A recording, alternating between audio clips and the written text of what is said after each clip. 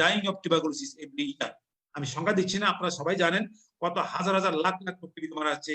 এটা ভাবার বিষয় আমাদের, এত কিছু জানা পড়ো কেন টিবি মারা যাচ্ছে। সুতরাং টিবি তো ডায়াগনোসিস হওয়া উচিত এবং এটা অবশ্যই কিউরেবল, কিন্তু তারপরও কথা হচ্ছে টিবি স্টিল রিমেইনস আনডায়াগনোজড, অনেক সময় রংলি ডায়াগনোজড এবং অনেক সময় ইমপ্রপারলি ম্যানেজড। এবং কারণ এবং সেই জন্যই বলছি তার জন্য অনেক চ্যালেঞ্জ আমাদের আছে এবং সেই চ্যালেঞ্জ নিয়ে আমরা আলাপ করব।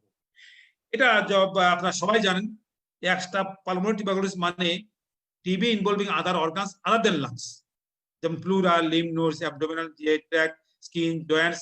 হ্যাঁ এমন কোনো অর্গান নাই যেখানে টিবি হয় না। এই দুই একটা হয়তো নখ, চুল পাতিয়া সবখানে টিবি হয়।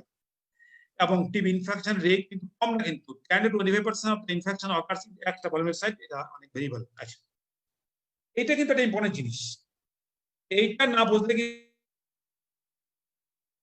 কিন্তু একটা পালমোনারি টিউবারকুলোসিস বোঝা সম্ভব না। আমি যখন পড়াইতাম আমি চেষ্টা করতে পারিতাম, এবং আমি যা বলবো সবগুলো না, ম্যাক্সিমাম কিন্তু পরীক্ষার কোশ্চেন এবং কোনো না কোনো ভাবে কোনো না কোনো ফর্মে পরীক্ষা আসবে।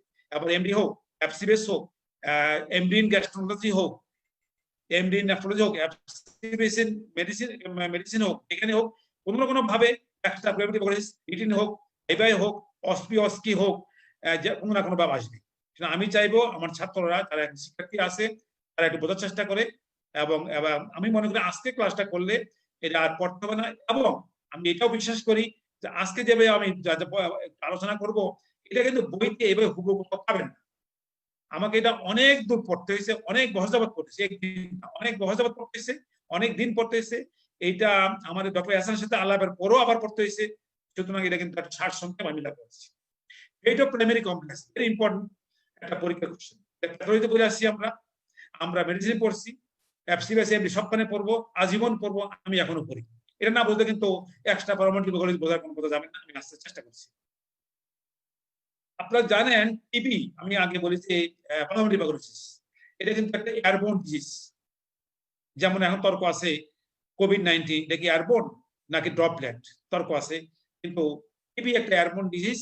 এয়ারবোর্ন মানে হাঁচি কাশি সর্দি যখন দেয় তখন টিবি জীবাণু এয়ারে ভাসে এবং উই ইনহেল দ্য টিউবারকুলার বেসিলাই, এবং এটা প্লুরাল নিচে যাইয়া এটা সেটেল করে প্রথমেই একদম জীবনে প্রথমে সেটেল করার পরে সেখানে প্যাথোলজি তৈরি হয়, এবং এটাকে বলে আমরা এক কথা বলে দিই সাব প্লুরাল একটা ফোকাস তৈরি হয়। এটা প্যাথোলজি ডিটেল আমি যাচ্ছি না এখানে। এখানে গ্রানুলোমা তৈরি হয়, প্রথমে ম্যাক্রোফেজ আসে, ইপিথেলিয়াল সেল আসে, এবং বডি ইমিউনিটি অনুযায়ী এখানে একটা ফোকাস তৈরি হয়, যেটাকে আপনারা সবাই জানেন গনস ফোকাস। এটা কিন্তু একটা সাব প্লুরাল ফোকাস প্রথম শুরু হলো এখানে। তারপরে এই গনস ফোকাস থেকে যোগ হয় একটা lymph adjoining lymph node, usually paratracheal অথবা প্যারাহেলার লিম্ফ নোড হয়, এবং সেখানে আসে লিম্ফেটিক ভেসেল দিয়ে। তার মানে তিনটা জিনিস ছিল, সাব প্লুরাল গনস ফোকাস, তারপর লিম্ফেঞ্জাইটিস এবং লিম্ফ নোডস। এই তিনটাকে বলা হয় গনস complex.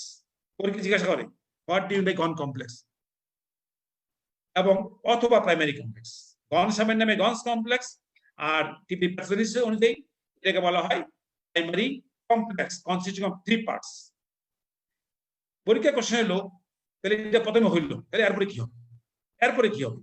What are the fate of primary complex, এটা পরীক্ষার কোশ্চেন ইউনো আসতে পারে। প্রথম কথা হলো এটা কিছুই হবে না, বডি ইমিউনিটি ভালো হয়, টিবি বেসিলে ঢুকছে কি হয়েছে, বাট এটা এখানে যা করার পরে it will remain dormant basically, it is calcified and fibrosed, এইভাবে আজীবন থাকবে। আপনি যদি এক্সরে করেন 40 বছর পরে দেখবেন একটা ছোট্ট ক্যালসিফাইড শেডও আছে, দেখা যায়। এবং সবচেয়ে ইন্টারেস্টিং, এটা পরীক্ষার সময় জিজ্ঞাসা করে এই গনস কমপ্লেক্স কি তুমি এটা পাবা না, গনস কমপ্লেক্স পুরোটা পাওয়া যায় না, আইদার ক্যালসিফাইড গনস ফোকাসটা পাওয়া যাবে অথবা ক্যালসিফাইড লিম্ফটা পাওয়া যেতে পারে। এই জন্য দেখবেন পুরোনো এক্সরে দেখবেন যে লেখে দেয়ার আর সাম ক্যালসিফাইড ফোকাস, এবং বিদেশ যাওয়ার সময় কিন্তু এই ক্যালসিফাইড ফোকাস তাহলে ওরা কিন্তু বিদেশ যাওয়া বন্ধ করে দেয় অনেকেই, যদিও এটা ক্যালসিফাইড বা ইনফেক্টেড না হইতে পারে। তার মানে এই যে গনস ফোকাসটা can be calcified, can fibrosed, and remain dormant for years together until death কিছুই করবে না। তাহলে বেসিলারে গেল কই ভিতরে, যে বেসিলার ঢুকছিল, এই বেসিলারও ভিতরে ক্যান বি রিমেন ডেড, তার মানে সে শেষ। অথবা অথবা some of the bacilli in the Gonspocus may persist for life,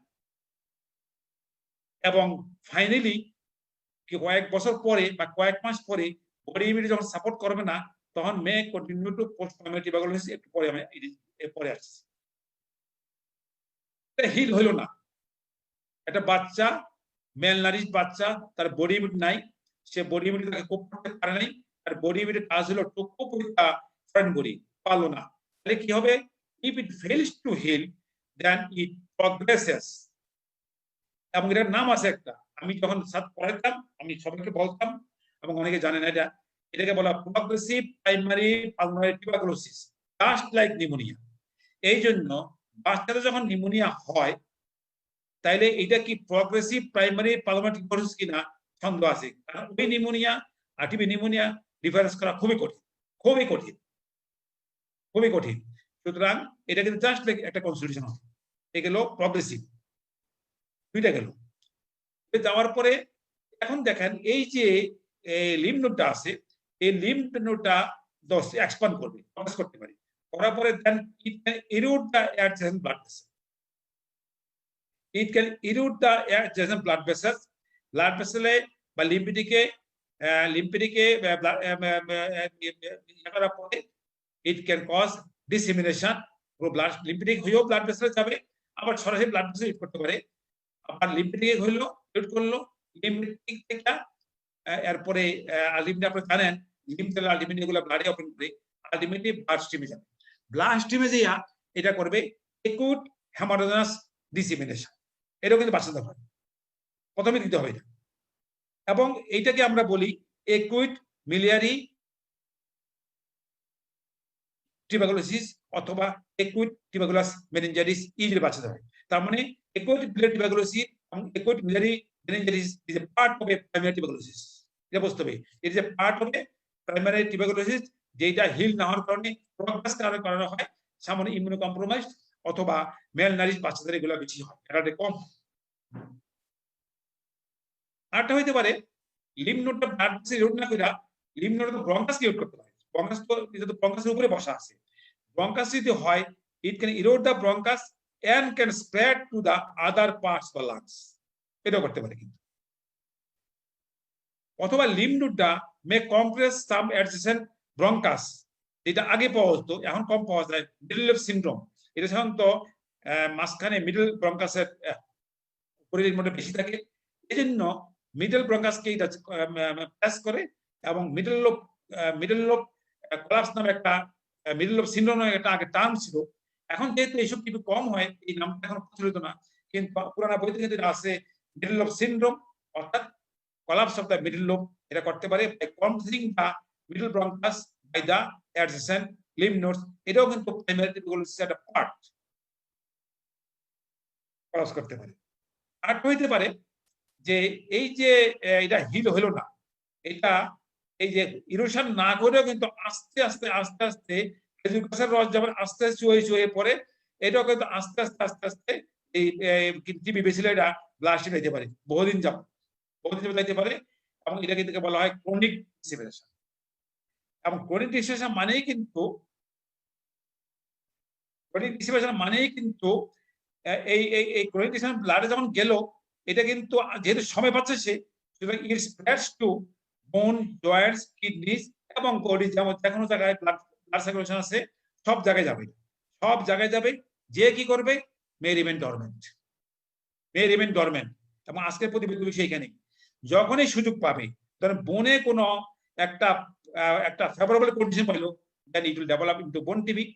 ধরেন জয়েন্ট একটা ফেভারেবল কন্ডিশন পাইলো, ধরেন জয়েন্ট অ্যাক্সিডেন্ট করলো, জয়েন্ট ট্রমাটাইজড হলো, তখন ওই যে ক্রনিক ডিসেমিনেশনের পরে টিউবারকুলোসিস বেসিলাস যে এখানে জমা ছিল, এটা আস্তে আস্তে ফ্লার করতে এবং জয়েন্ট কি করবে। কিডনিতে সে বসেছিল সে চুপচাপ, এবং সে মৃত্যুটা কিন্তু সেখানে থাকতো, কোনো ক্ষতি করতো না। কিন্তু কিডনির কোনো লোকাল কন্ডিশন যদি ফেভারেবল হয়, then this dormant bacilli can deactivate and produce disseminated tuberculosis. এবং এরকম অ্যাটলান্টিক থেকে শুরু করে বডির যে কোনো জায়গায় এটা হইতে পারে, এবং এটা কিন্তু আজকে আমাদের প্রতিবেদনের বিষয়, এই যে আমরা যেটা বলতেছি এক্সট্রা পালমোনারি টিউবারকুলোসিস। এইটা আবার মিলিয়ারি টিউবারকুলোসিস, দেখেন আমি প্রথমে যেটা বলছি একুইড স্প্রেড, এটাকে বলে একুইড হেমাটোজেনাস স্প্রেড একুইড মিলিয়ারি টিউবারকুলোসিস। আবার দেখবে যে অ্যাডাল্টে এরকম ডিসিমিনেশনের জন্য কিন্তু হইতে পারে। এই যে ক্রনিক ডিসিমিনেশনের জন্য কিন্তু 2 লাংসে জমা থাকতে পারে, কিছুই ক্ষতি করবে না, কিছুই হবে না, কিন্তু due to some unfavourable condition it can reactivate and can produce miliary tuberculosis in adult, যেটাকে আমরা কিপ্টিক টিউবারকুলোসিস বলি বা মিলিয়ারি টিউবারকুলোসিস বলি অ্যাডাল্টে, সেটা হইতে পারে কিন্তু সেটা ডিউ টু ক্রনিক ডিসিমিনেশন। আর প্রথম যেটা বললাম বাচ্চাদের সেটা একুট হেমাটোজেনাস অথবা lymphatic spread, acute hematogenous dissemination, এটা বুঝতে হবে। তাহলে আমি সেটাই বললাম chronic dissemination seedling to other parts of lungs or other organs, এটা যদি মে রিঅ্যাক্টিভেট এবং এটা কিন্তু পোস্ট প্রাইমারি টিউবারকুলোসিস। তাহলে এইটা হলো পোস্ট প্রাইমারি টিউবারকুলোসিস। সুতরাং ডিসিমিনেটিভ যেটা হচ্ছে এটা পোস্ট প্রাইমারি টিউবারকুলোসিস, আর লাংস যেটা হচ্ছে পোস্ট প্রাইমারি টিউবারকুলোসিস। এটা হলে একটা হইতে পারে যে কিনা বলে গন্স ফোকাস ডরমেন্ট ছিল, সেখানে বেসিলার ডরমেন্ট ছিল, অ্যাডাল্ট লাইফে এটা রিঅ্যাক্টিভেট করার পরে এইখানে পোস্ট প্রাইমারি টিউবারকুলোসিস, এটা ক্রনিক ক্যাপিটারি টিবি হয়, সেটা হইতে পারে। অথবা ডিসিমিনেশন ক্রনিক ডিসিমিনেশন হইয়া সেখানে সিডলিং করা ছিল এবং সেটা ভবিষ্যতে 1 লাংসে হোক 2 লাংসে হোক ইউজুয়ালি আপার লোবে হয়। কেন আপার লোবে হয় এটা পরীক্ষার প্রশ্ন আপনারা জানেন, আমি আর বলবো না এখানে। সেখানে ভবিষ্যতে অ্যাডাল্টে রিঅ্যাক্টিভেশন হইয়া can lead to post primary tuberculosis, যেটাকে আমরা বলি লাংসে বলি আমরা ক্যাপিটারি টিউবারকুলোসিস, আর আদার অর্গানসে ক্যাপিটারি হয় না সাধারণত, আদার অর্গানসে হয় ডিসিমিনেটিভ টিউবারকুলোসিস। আমি নেক্সট স্লাইডে যাচ্ছি। এই কতগুলো শব্দ আছে যেটা আমাদের জন্য আমাদের দেখছি, আমি একটু মাঝে মাঝে চা খাই কিছু মনে করি না, এই টার্মগুলো বড় কনফিউজিং। আমার ক্লিনিক্যাল লাইফেও আমি কনফিউশন লাগতো, চেষ্টা করছি আমি এগুলোকে ছেলেদের বোঝানোর জন্য। একটা বলে একটা পালমোনারি টিউবারকুলোসিস, এটা মানে সহজ বোঝা যে লাংসের বাইরে যেটা হবে সেটা একটা পালমোনারি, কিন্তু ডিসিমিনেটিভ টিউবারকুলোসিস মিলিয়ারি টিউবারকুলোসিস এই টার্মগুলো কনফিউজিং। অনেকে বলে যে মিলিয়ারি টিউবারকুলোসিস এবং ডিসিমিনেটিভ টিউবারকুলোসিস একই জিনিস, কিন্তু আমরা একই হইলেও কারণ দুইটা প্যাথোলজি এক, কিন্তু আমরা ক্লিনিশিয়ানরা যদি এক করি আমরা বুঝতে অসুবিধা হবে। আমরা মিলিয়ারি টিউবারকুলোসিস বলবো only in the lungs where there are seedlings like millet seed। যদি আমি কোন সময় দেখি নেই পরীক্ষার সময় জিজ্ঞাসা করে মিলিয়া মানে কি, বলে মিলেট সিড মানে কি, কোনো সময় স্যার দেখি নেই কোনো সময়, মানে কি, তখন বলতে বলতে স্মল স্মল ছোট ছোট স্যার এরকম হয়, এরকম মিলিয়ারি টিউবারকুলোসিস। তার মানে মিলিয়ারি টিউবারকুলোসিস তাকে আমরা বলবো if it involves the lungs usually bilateral। যদিও কোনো কোনো বই দেখবেন ডিসিমিনেটিভ টিউবারকুলোসিস মিলিয়ারি টিউবারকুলোসিস বলছে, কিন্তু বলতে পারি আমরা কিন্তু নট ফর দ্য ক্লিনিশিয়ান। এদিকে ওয়ার্কিং ডায়াগনোসিস হবে না। ওয়ার্কিং ডায়াগনোসিস মানে মিলিয়ারি টিউবারকুলোসিস মানে ইনভলিউটারি লাং বোঝার জন্য, আর ডিসিমিনেটিভ টিউবারকুলোসিস মানে tuberculosis involving other than lung. এখন আমি একটা বলি, আমি যখন পড়াইতাম ছেলেদের আমি বলতাম যে এটা একটা ইউজ করো, তুমি বলবা tuberculosis involving such and such organ, tuberculosis involving kidney, tuberculosis involving bone, অথবা টিউবারকুলোসিস ইনভলভিং কিডনি এন্ড বোন, অথবা টিউবারকুলোসিস ইনভলভিং লাং এন্ড বোন। তাইলে একজন বুঝবে তুমি কি মিন করছো। তুমি বললো স্যার ডিসিমিনেটিভ টিউবারকুলোসিস, আমি বললাম যে আমি কিছুই বুঝিনি। মিলিয়ারি বলে বুঝতে পারবো তুমি মিন করছো লাংসে হইছে, লাংসে হইছে এবং সেরকম ছোট ছোট মিলেট স্পিডের মতন। ডিসিমিনেটিভ বললে কি বলছো আমি বুঝিনি। আমার ডেফিনিশন হলো আমি পড়াইতাম যে টিউবারকুলোসিস ইনভলভিং অর্গান না বলবো, তাইলে একজন বুঝবে তুমি কি মিন করছো। যেটা আমি বলে ফেলছি মিলিয়ারি টিউবারকুলোসিস এখন হতে পারে, ক্রনিক হতে পারে। আচ্ছা আর দুটো টার্ম আছে এটা বলে নেই, কিন্তু ডিটেল আর করার সুযোগ এখানে নেই। ল্যাটেন্ট টিবি, ল্যাটেন্ট টিবি মানে এই যে আমি যে একটু আগে বললাম এই যে গন্স ফোকাসটা মে রিমেইন ডরমেন্ট, ডরমেন্ট থাকলেও কিন্তু তার তো একটা বডিতে ইমিউনোলজিক্যাল রিঅ্যাকশন আছে। এখানে ডরমেন্ট সে কিভাবে হয়েছে, because of some immunology reaction. এই ইমিউনো রিঅ্যাকশনের জন্য এই যে টিবিটা এখানে চুপচাপ আছে, টিবি বেসিলাইজ সহ সে যে এখানে লুকাইয়া আছে, সে যে কোনো সিমটম করতেছে না, এটাই ল্যাটেন্ট টিবি। এবং ল্যাটেন্ট টিবি মে রিঅ্যাক্টিভিটি আমি বলছি, ল্যাটেন্ট টিবি মে রিঅ্যাক্টিভিটি মে রিমেইন ল্যাটেন্ট, এবং এইভাবে সে তার জীবন যাবে। রিঅ্যাক্টিভেশন হলে টিবি হবে, কিন্তু এই যে চুপচাপ ছিল TB basically in the body in different organs either lungs or other parts of body, এটাকে ল্যাটেন্ট টিবি। আর টিএনএফ আলফা ইনহিবিটর অ্যাসিলেট টিবি একটা টার্ম নতুন আসছে, সেটা হলো এই টিএনএফ আলফা এখন বহুল ব্যবহৃত হচ্ছে, রিউমাটয়েডে ব্যবহার করে, ইনফ্লেক্সিমিয়াব, এগুলো অনেক ড্রাগ আছে, মনোক্লোনাল অ্যান্টিবডি আছে যেগুলা বডি ইমিউনিটি কমাই দেয় এবং তখন ল্যাটেন্ট টিবিটা অ্যাগ্রাভেট করে। এটাকে বলা হচ্ছে টিএনএফ আলফা ইনহিবিটর অ্যাসিলেট টিউবারকুলোসিস। একটা নাম দিয়েছে আর কি, একটা বুঝতে সুবিধার জন্য, যদিও টিবি মানে টিবি। পরীক্ষার প্রশ্ন, আজ বহুদিন এই একসাথে পরীক্ষা নিয়ে আসছি, তাহলে আমি কিছু বলবো না, সবাই জানবে, ডিসক্রিপশন জিজ্ঞাসা করে।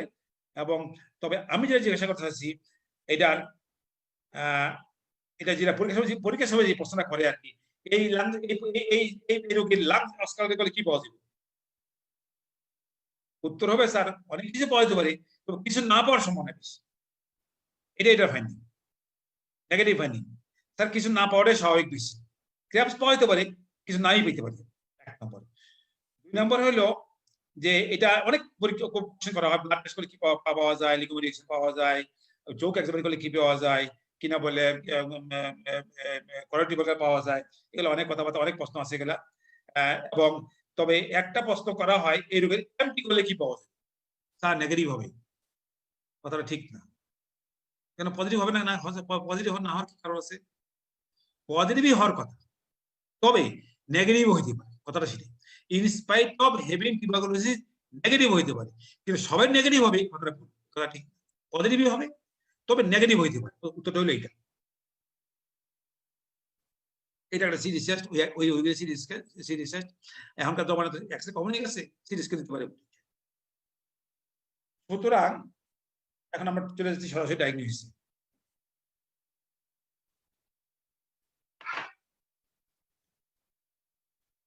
Obviously, diagnosis should be based on finding of typical bacilli অথবা হিস্টোলজির প্যাটার্ন কনসিস্টেন্ট টিউবারকুলোসিস, যেখানে গোলমালটা হয়, আমি একটু পরে আলাপ করব।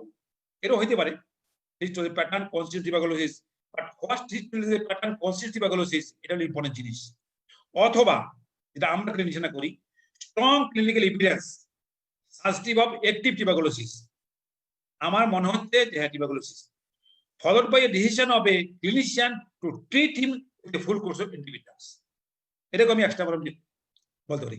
এটা কিন্তু ক্লিনিশিয়ানের হাতে একটা বিরাট অর্থ দেওয়া হয়েছে, এবং আমি চাইবো যে আমার ক্লিনিশিয়ানরা এই অর্থটা সঠিকভাবে ব্যবহার করা হোক, কারণ এটা যদি ক্লিনিশিয়ানরা ভুল করে ডায়াগনোসিস ভুল হবে। এবং এই তিনটাই কিন্তু হতে পারে, কিন্তু অবভিয়াসলি ডায়াগনোসিস কনফার্ম হবে। এবং কাদের হয় এটা আপনারা সবাই জানেন, যদি উইক ইমিউন সিস্টেম হয়, ম্যালনারিশড হয়, ডায়াবেটিস থাকে, অ্যালার্জি হয়, কেমোথেরাপি পায়, ক্যান্সার পায়, স্টেরয়েড পায়, ওই যে একটু আগে বললাম মনোক্লোনাল অ্যান্টিবডি, ইনফ্লেক্সিমিয়াব, এগুলো পায়, তাদের টিউবারকুলোসিস। আমরা এক্সট্রাভার্নাল টিউবারকুলোসিস কখন সন্দেহ করি ক্লিনিশিয়ানরা? আমরা যখন একটা অ্যাসিডিক ফ্লুইড পাই, যখন আইসিসি রেজিস্টার বা বেসিন বলে স্যার এটা অ্যাসিডিক ফ্লুইড স্যার এক্সোডিটি হচ্ছে এবং লিম্ফোসাইট বেশি sir, yes go for antibiotics. আগের দিনে স্যারেরা কত টেস্ট ছিল এই সময়, যখন দেখছে এক্সোডিটিভ অ্যাসিডিস, লিম্ফোসাইট পিডামিনিস আছে, তখন এরিয়া হয় না, কিন্তু এরিয়া ছিল না, কত ইয়েস অ্যান্টিবায়োটিক শুরু করে। ক্রনিক লিম্ফোডেনোপ্যাথি স্পেশালি সার্ভাইকাল, আমি একটু পরে আবার আসবো, সার্ভাইকাল টিবি নিয়ে কথা আছে একটু। কি হিসেবে যদি আমরা একই অবস্থা, লিম্ফোসাইট বেশি পাই, প্রোটিন বেশি পাই, গ্লুকোজ কম পাই, আগের দিনে বলতো জাস্ট টিবি শুরু করে দাও, এবং তখন বলা হয়তো কবে পাওয়া যায়, এগুলো তখন বলা হয়তো আর কি। এবং ক্রোনিক ডিজিজ এবং এউবেসিস তো কমন এখন, ক্রোনিক ডিজিজ ডিডি হইলে ডিডিবিতে টিউবারকুলোসিস একটা আসবে। আগের দিনে আমাদের টিচারদের একটা টিচিং ছিল, ক্রোনিক ডিজিজ ডায়াগনোস করো, he should get A course of NTB drugs. আমাদের টিচিং ছিল, আমাদের পড়াইতে হবে, আমরাও পড়াই আসছি।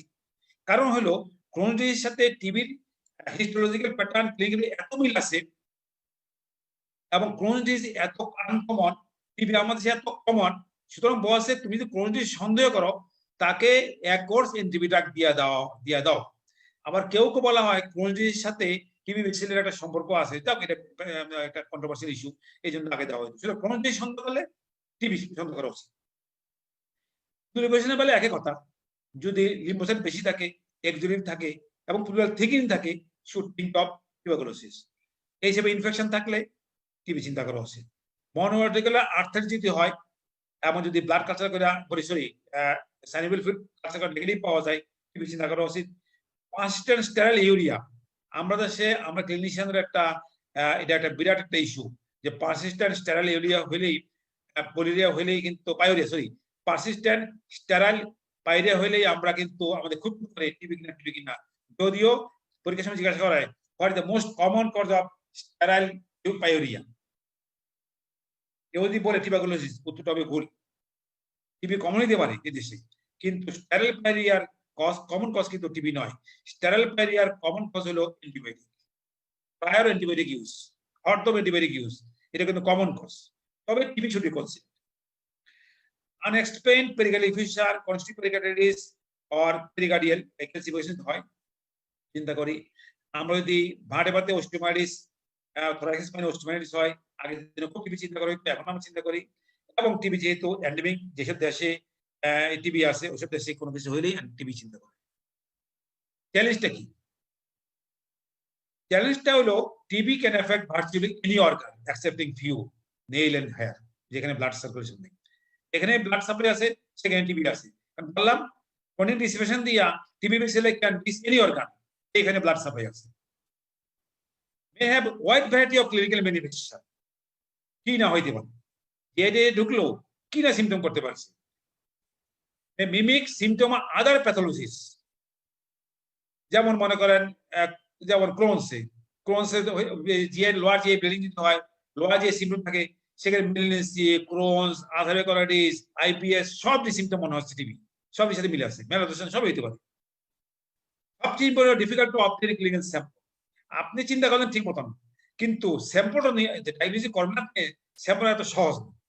ইদানিং কিছু সহজ হচ্ছে, কিন্তু সবখানে সম্ভব না, সবখানে সহজ হয় না, সবখানে সহজ হয় না, এবং ক্লিনিশিয়ানদের ইচ্ছেও থাকে না অনেক সময়।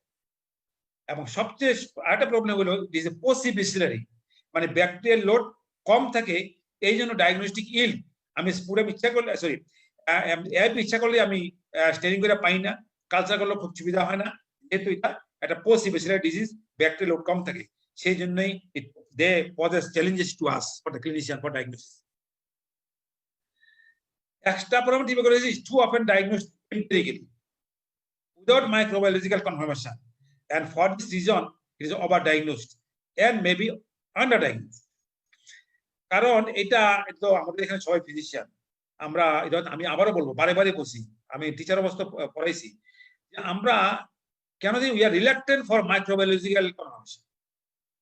ফ্রি বিনা পয়সায় কিন্তু স্পুটাম না, এএফবি স্টেনিং হয়, এবং আপনি এএফবি কালচার যেখানে করলে ফ্রি পাওয়া যায়, আপনি জানেন অনেকের জায়গায় হয়, আমরা কিন্তু অনেকেই কিন্তু রিলাক্টেন্ট এএফবি স্টেনিং, এএফবি কালচারের জন্য। এই জন্য কিন্তু অনেক সময় ডায়াগনোস হয় না, এবং আমরা অনেক সময় নিজের বলে দিই যে হ্যাঁ টিবি হয়ে গেছে, হতে পারে। আরটা হলো চ্যালেঞ্জ আমাদের পিইউর জন্য। আমরা যখনই কোনো পিইউ রোগী আসে, আমরা কিছু না পাইলে তার টিবি হয়েছে, হতে পারি, এটা কিন্তু আমাদের challenge for diagnosis of TB in PU. আরেকটা চ্যালেঞ্জ হলো হিস্টোলজি কত, কিন্তু time consuming, and establishing a diagnosis of TB with high degree of specificity remains difficult. ওই যে বললাম যে পসিবিলিটি, সুতরাং হিস্টোলজি রিপোর্ট পেতে সময় লাগবে, এবং টিবি ডায়াগনোসিসে টিবি এটা স্পেসিফিটি এবং সেন্সিটিভিটি ভেরি করে, কারণ অনেক সময় গ্রানুলোমা পাই আমরা। আপনারা নিশ্চয়ই জানেন, যারা ক্লিনিশিয়ান, যারা এখানে প্র্যাকটিসিং বা যারা ট্রেনিং করতেছে, তারা দেখছেন যে রিপোর্ট কি দেয়, histopathological report, suggestive granuloma, consistent tuberculosis. আমি বহুবার সাথে পড়ে আসছি, এই জিনিসটা না লেখা ভালো ছিল, এই কনসিস্টেন্ট টিউবারকুলোসিস এই কথা না লেখা ভালো ছিল। উনি বলুক যে আমরা গ্রানুলোমা পাইছি, তাহলে ক্লিনিশিয়ান চিন্তা করবে টিবি না কিছু, কিন্তু যেই বলে যে সাজেস্টিভ অফ টিউবারকুলোসিস, আমরা ফট করে টিবি দিয়ে দিই, উনি বলছে, আমি না দিয়ে অন্য কেউ দেয়। কিন্তু দেখতে হবে যে গ্রানুলোমা বললো আদৌ টিবি গ্রানুলোমা কিনা, এটা দেখার দরকার ছিল।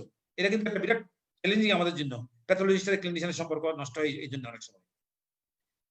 এবং যেটা আমি একটু আগে বলছি, মাইক্রোবায়োলজিক্যাল কনফার্মেশন আন্ডার এস্টিমেটেড, অনেক সময় আমরা we are reluctant for মাইক্রোব্যাকটেরিয়াল confirmation. এটা সবাই জানেন আপনার যে গ্রানুলোমা অনেক কজ থাকে, ফর্নিবলি গ্রানুলোমা, জন্য গ্রানুলোমা হয়, ফাঙ্গাল ইনফেকশন গ্রানুলোমা হয়, টিবি এবং ফাঙ্গাল ডিজিজ এরা পাশাপাশি ভাই ভাই, একরকম সাইন, একরকম সিমটম, একরকম প্যাথোলজি। সুতরাং এটা কিন্তু ওই গ্রানুলোমা কিন্তু ফাঙ্গাস হতে পারে। সাইকোটোসিস প্রায় কাছাকাছি গ্রানুলোমা।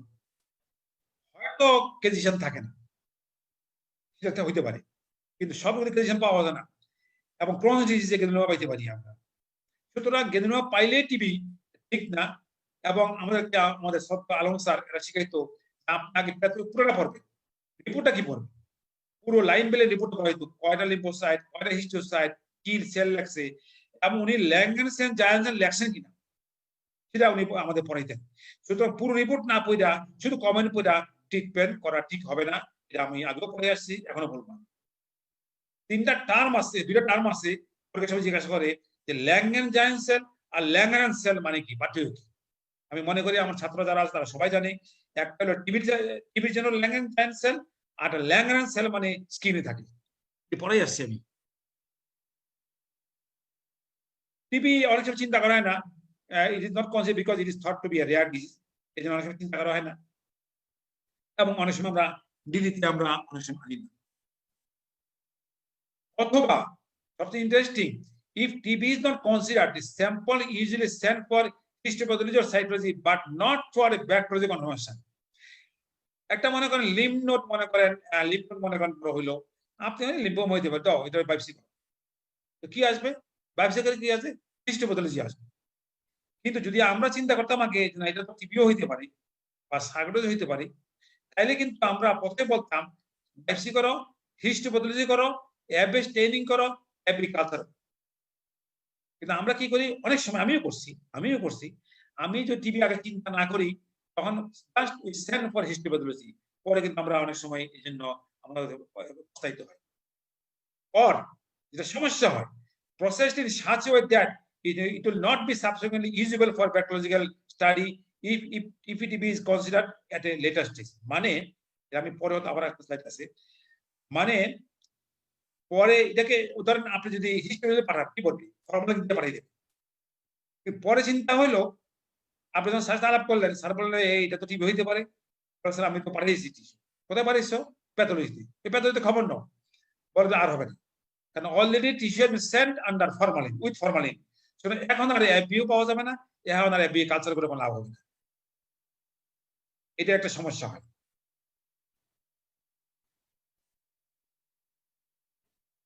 সবচেয়ে বড় সমস্যা ছিল ক্লিনিশিয়ানরা, if TB is considered, it is often difficult to obtain a body material or sample to confirm the diagnosis. আপনি চিন্তা করলেন যে অ্যাডলাইন টিবি হইতে পারে, কিন্তু অ্যাডলাইন ধ্যান থেকে আর টিস্যু আনা পাওয়া ইদানিং হয়তো সহজেই আসে, কিন্তু এত সহজ ছিল না। আপনি ব্রেন থেকে কি ব্রেন থেকে কি আপনি পাইবেন, সুতরাং এমন এমন জায়গায় টিবি হইতে পারে যেখান থেকে টিবি বেসিলে আবিষ্কার করা পাওয়া, স্যাম্পল আনা এটা খুব কঠিন হয়ে যায়, এটা একটা আমাদের জন্য চ্যালেঞ্জ। সবচেয়ে আরো বড় চ্যালেঞ্জ হলো কনভেনশনাল ডায়াগনস্টিক মেথড যেগুলো আছে, দে গিভ পুয়ার ইল্ড। কি কি আছে,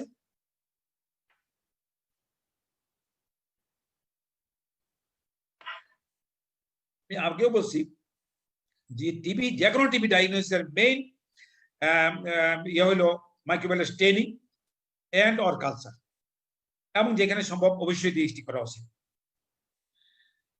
এআরপি মাইক্রোস্কোপি করতে হলে পার এমএলএ ফ্লুইডে শুড কন্টেন 5000 টু 10000 বেশি থাকলে কিন্তু এআরপি দিয়ে পাওয়া যাবে, নাহলে পাওয়া যাবে না। যেহেতু এক্সট্রাভালুলার টিউবারকুলোসিস অলমোস্ট অল আর ওসি বেসিলারি, সুতরাং এআরপি মাইক্রোস্কোপিতে এই জন্য এটা কম পাওয়া যায়, মানে এত বেসিলারি থাকে না। এবং diagnostic yield of smear in EPTB is higher in biopsy than in the body fluid. আমরা যদি বায়োপসি করি টিস্যুতে তাহলে yield একটু বেশি হতে পারে, বডি ফ্লুইড যেগুলো আছে, আমরা যে সিরাপ ফ্লুইড আছে, acidic fluid, CSF fluid, plural fluid, এগুলোতে কিন্তু টিবি বেসিলাই আইদার স্টেনিং বা কালচার যাই কিছু করি আমরা কিন্তু এগুলা এত পাওয়ার সম্ভাবনা অত বেশি না, তবে বায়োপসিতে একটু বেশি পাওয়া যায়। এই জন্যই সবসময় আমরা চেষ্টা করবো ম্যাটেরিয়াল বায়োপসি করার জন্য যদি কোনো টিস্যু পাওয়া যায়। আবার সমস্যা কি, AIP culture requires 2 to 6 weeks in solid media।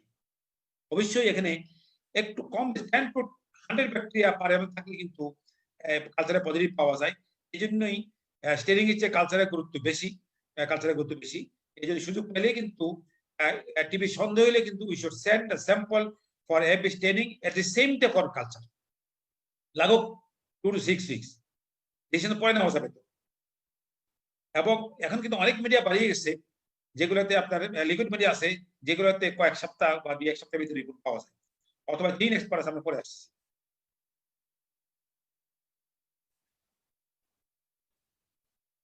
এখানে দেখেন এই এই sputum sputum sputum in AFB sputum পাওয়া যেতে পারে।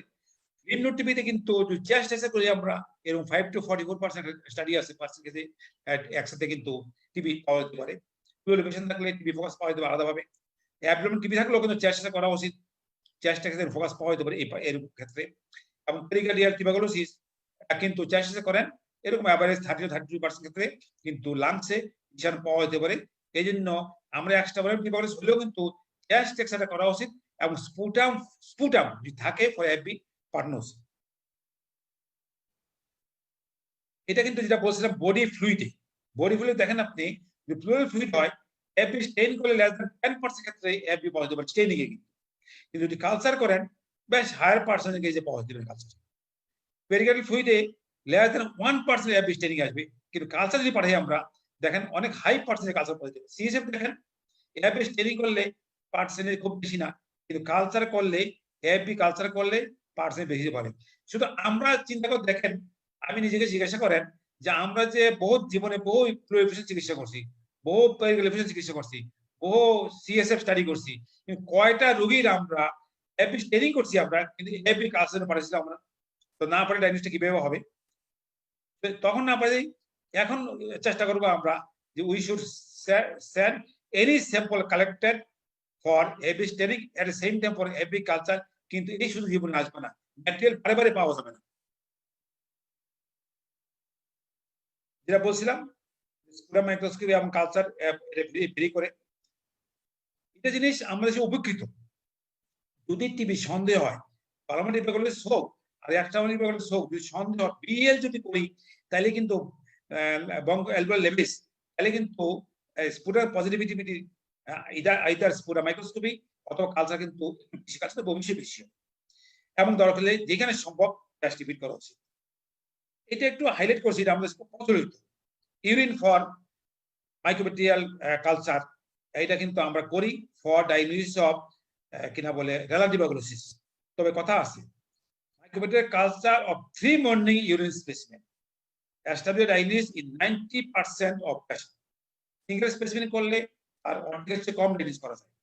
এবং খেয়াল করেন 3 মর্নিং কিন্তু সকালের প্রস্রাব নিতে হবে, এবং পুরো প্রস্রাবটা পাঠিয়ে দেবে এবং সেন্টিমিস করতে হবে। সুতরাং ওই আপনি বললেন যে প্রস্রাব দিয়ে আসো 3টা স্যাম্পল দিয়ে আসলে হবে না, প্রস্রাব দিয়ে আসলে হবে না, সেটা সকালে প্রস্রাব ভালো হবে যেন সারা রাতে কিছু বেশি লাই থাকলে ব্লাডে জমা থাকে, পুরো প্রস্রাব দিয়ে আসতে হবে যেন তারা সেন্টিমিস করতে পারে। এভাবে যদি করি আমরা, আমি মনে করি রেনাল টিউবারকুলোসিস ডায়াগনোসিস মিস হওয়ার কথা না। এই কথাটা দয়া করে মনে রাখেন, এটা খুব কঠিন কিছু না, এটা খুব কঠিন কিছু না। এই প্রস্রাব রোগীর খুব মূল্যবান প্রস্রাব ডায়াগনোসিস। বায়োপসি নিয়ে অনেক কথাবার্তা হয়ে গেছে, এবং আপনারা জানেন বায়োপসি যারা various methods of taking biopsy, biopsy বললে হবে না, আপনাকে বুঝেই তো বায়োপসি করতে দিবে। একটা হইতে পারে অ্যাকশন বায়োপসি, প্রদেশকে নিয়ে আসেন, লাম পাইছেন, একটা লিম্বর পাইছেন, সম্ভব হইলে পুরোটাকে নিয়ে আসেন, কারণ কাটাকাটি করলে হিস্টোপ্যাথোলজি চেঞ্জ দিতে পারে, সম্ভব হইলে পুরোটা নিয়ে আসবেন, অ্যাকশন বায়োপসি। অথবা আপনারা সবাই জানেন গাইডেড বায়োপসি করি আমরা, আল্ট্রাসাউন্ড গাইডেড, সিটি গাইডেড, যেখানে যেটা সম্ভব। অ্যাবডোমিনাল ল্যাপারোস্কোপি গাইডেড বায়োপসি করি আমরা। অনেক সময় আমরা মিনিলেপ করি, এবং ডিস্ট্রিক্ট হসপিটালে যেখানে অত ফেসিলিটি ছিল আগের দিনে, আমরা যখন ডিস্ট্রিক্ট কাজ করছি বা মনে করেন মেডিকেলের কাজ করছি, অনেক আগে কথা বলতেছি আমি, তখন তো অত মেথড ছিল না। আমরা বলতে ঠিক আছে সামনে বলতে ভাই একটু দেখেন তো, একটু ছুটে লাগান, লাগে একটু অ্যাবডোমেনটা খোলেন, খুলে একটু সময় বেশি নিয়ে আসেন, মিনিলেপ করে নিতে। এখন তো নাও লাগতে পারে, এগুলো এখন অনেক সময় ইনভেস্টটা বাড়িয়ে গেছে, করতে পারি, আগে করা হয়তো, কারণ আমাদের টেনিস করতে। এবং এটা আমরা আগে বলছি যে হিস্টোরিক্যাল এভিডেন্স অফ টিউবারকুলোসিস, আপনারা জানেন গিনোলোমা বললে হবে না, caseating granuloma is the hallmark for diagnosis of tuberculosis. কিন্তু এই যেটা অনেক সময় ভুল হয়, গিনোলোমা লিখি আমরা লিখি, প্যাথোলজিস্ট লেখে গিনোলোমা সাইজ অফ টিউবারকুলোসিস, এটা শুড বি টেকেন কেয়ারফুলি। এবং অবশ্যই হিস্টোপ্যাথির সাথে এফবি স্টেইনিং আমরা আজকে শপথ নেই যে আমরা যখন এই হিস্টোপ্যাথি করব আমরা এফবি স্টেইনিং এর জন্য পাঠাবো এবং কালচারের জন্য পাঠাবো। তবে কথা আছে টিবি সন্দেহ হলেন এখন গিনোলোমা নাই, যদি রোগীদের ইমিউনো কম্প্রোমাইজ থাকে তাহলে গ্রেনুলোমা নাও হতে পারে। এবং আমি আগেও বলছি আদার কথা নন ব্যাকটেরিয়াল গ্রেনুলোমা বলছি। এবং আপনারা এটাও জানেন, এটা নতুন করে বলা কিছু না, বায়োপসি প্লাস এফএনএসি। আমরা অনেক সময় এফএনএসি করি, কিন্তু বায়োপসি ইল অনেক বেশি এফএনএসি চেয়ে কোনো কোনো জায়গায় কাছাকাছি, লিম্ফ লেভেলের কাছাকাছি, কিন্তু কোনো কোনো জায়গায় কিন্তু অবশ্যই বায়োপসি বেশি হবে এফএনএসি চেয়ে। এফএনএসি করে সেল আর বায়োপসি টিস্যু মানে, সুতরাং এফএনএসি সেল দেখবেন আর বায়োপসিতে টিস্যু দেখবেন, সুতরাং পার্থক্য অবশ্যই আছে। এটা আগে একটু আগে বলছি, আমি জোর দিয়ে বলতেছি, histopathical pathological examination requires the specimen to be placed in formalin which destroys the microbacteria and prevents further culture conversion. যদি টিবি সন্দেহ হয় অবশ্যই দুটো স্যাম্পল করবেন, একটা ফর্মালিন পাঠাবেন ফরেন্সিক প্যাথোলজি, একটা স্যাম্পল নেবেন in distil water normal cell. therefore biopsy material for microbacterial culture or staining should be submitted fresh or in a small amount of sterile saline or distilled water. যদি বায়োপসিতে heavy culture হয় তাহলে yield অনেক বেশি হয় এবং almost 100% না হলে কাছাকাছি।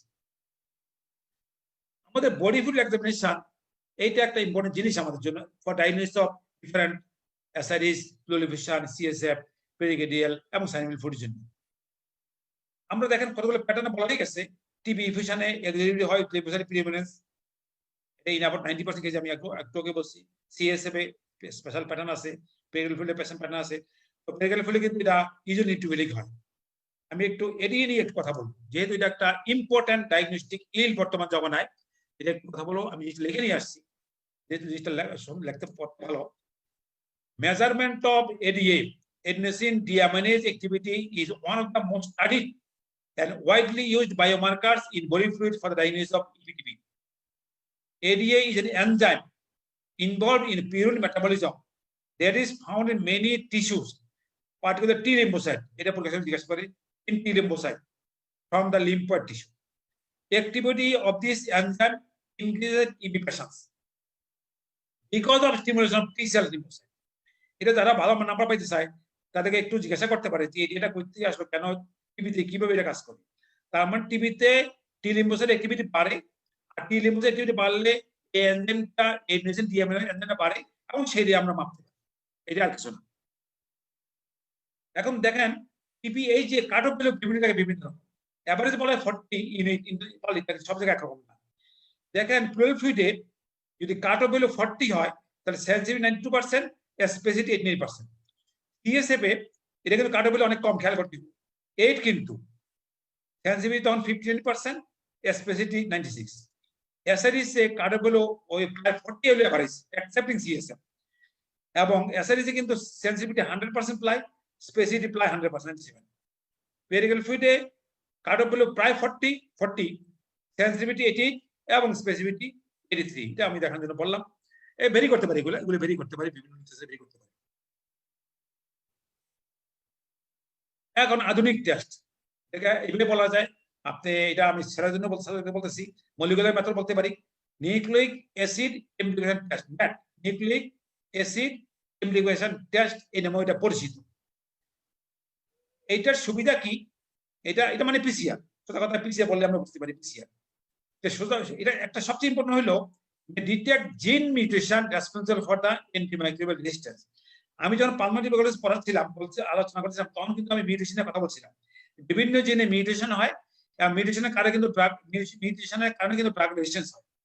এবং এই মেথড দিয়া আমরা যে কালচার করি, ডিএসটি করি, সেটা কিন্তু প্রফেশনাল মেথডে করি। আমরা শুধু বুঝি যে এই ড্রাগটা কাজ করে কি করে না, কিন্তু কেন কাজ করে না, কোন মিউটেশনের জন্য কাজ করছে ড্রাগটা, এটা কিন্তু একমাত্র সম্ভব কিন্তু এই মলিকুলার মেথডে অথবা পিসিআর।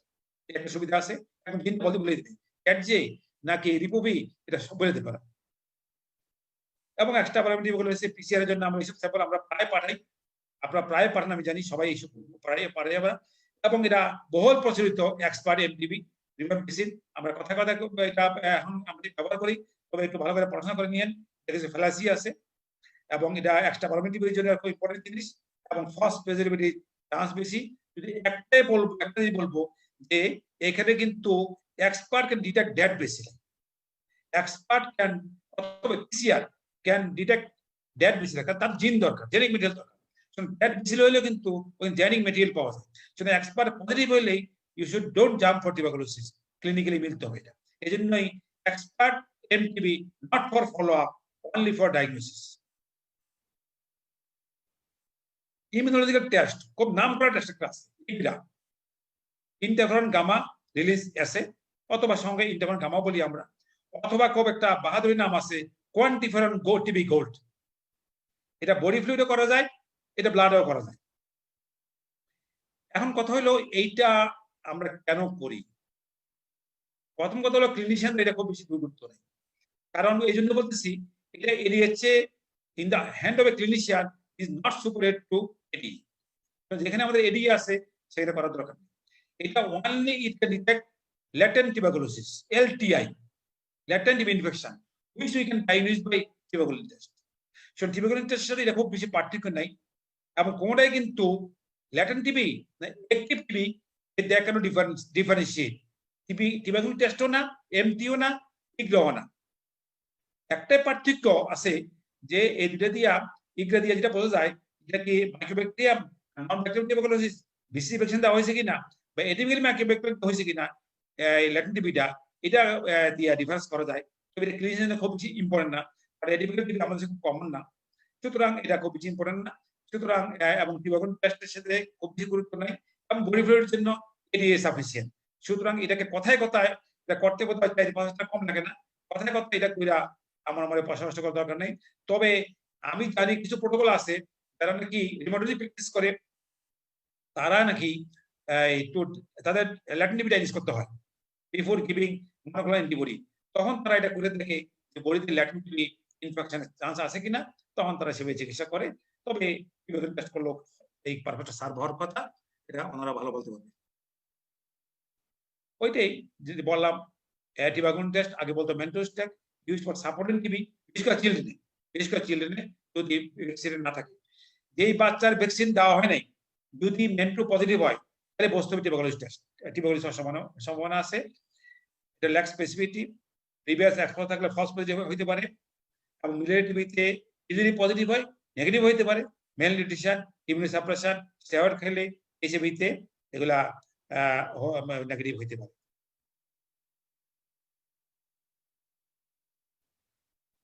আমরা ক্লিনিশিয়ানরা টিউবারকুলোসিস টেস্ট কেন করি? সেটা করে অন্য উদ্দেশ্যে, এটা আমি আমাদের ছেড়ে দেবো, তবে এটা নট ফর পরীক্ষা পারপাস, এটা ফর ক্লিনিক্যাল পারপাস। ধরেন আমি একটা রোগী চিন্তা করলাম যে এটা তো টিবি হইতে পারে, যত টেস্ট করছি কোনো আসতেছে না, আমার ক্লিনিক্যাল সন্দেহ, এবং আমাকে অথরিটি দেওয়া আছে, সায়েন্স আমাকে অথরিটি দিয়েছে we can treat him as tuberculosis.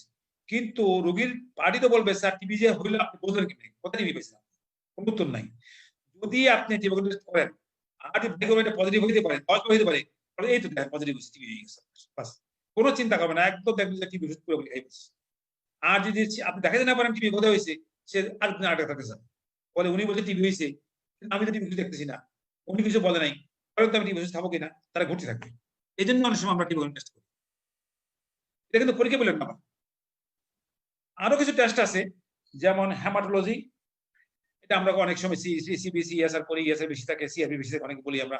Chest x-ray অবশ্যই ইম্পর্টেন্ট, আদার এক্সরে বিভিন্ন জায়গার এক্সরে হইতে পারে, বিশেষ করে স্পটস ডিজিজের জন্য, ভার্টেব্রাল টিবির জন্য ইম্পর্টেন্ট। বিভিন্ন অর্গানের আল্ট্রাসোনোগ্রাফি, ইকোকার্ডিওগ্রাফি, সিটিএমআরআই আপনারা জানেন করেন, অ্যাবডোমেন ইয়ার জন্য, জিআই টিবির জন্য অ্যান্ডোস্কোপি, কোলোনোস্কোপি, ল্যাপারোস্কোপি, প্যাট সিটি, এটা একটা নতুন টেস্ট ইদানিং চালু হয়েছে, বোধহয় অনেক টাকার, অনেক দাম। এটা খুব বেশি ভালো না ইন ডায়াগনোসিস অফ টিউবারকুলোসিস, এবং এটা কস্ট এফেক্টিভ না, এটা ফলো আপ করে না। তবে যেহেতু এটা পোস্ট গ্রাজুয়েট সেলের আছে, একটু বলি আমি এটার গুরুত্ব কোন জায়গায় আছে।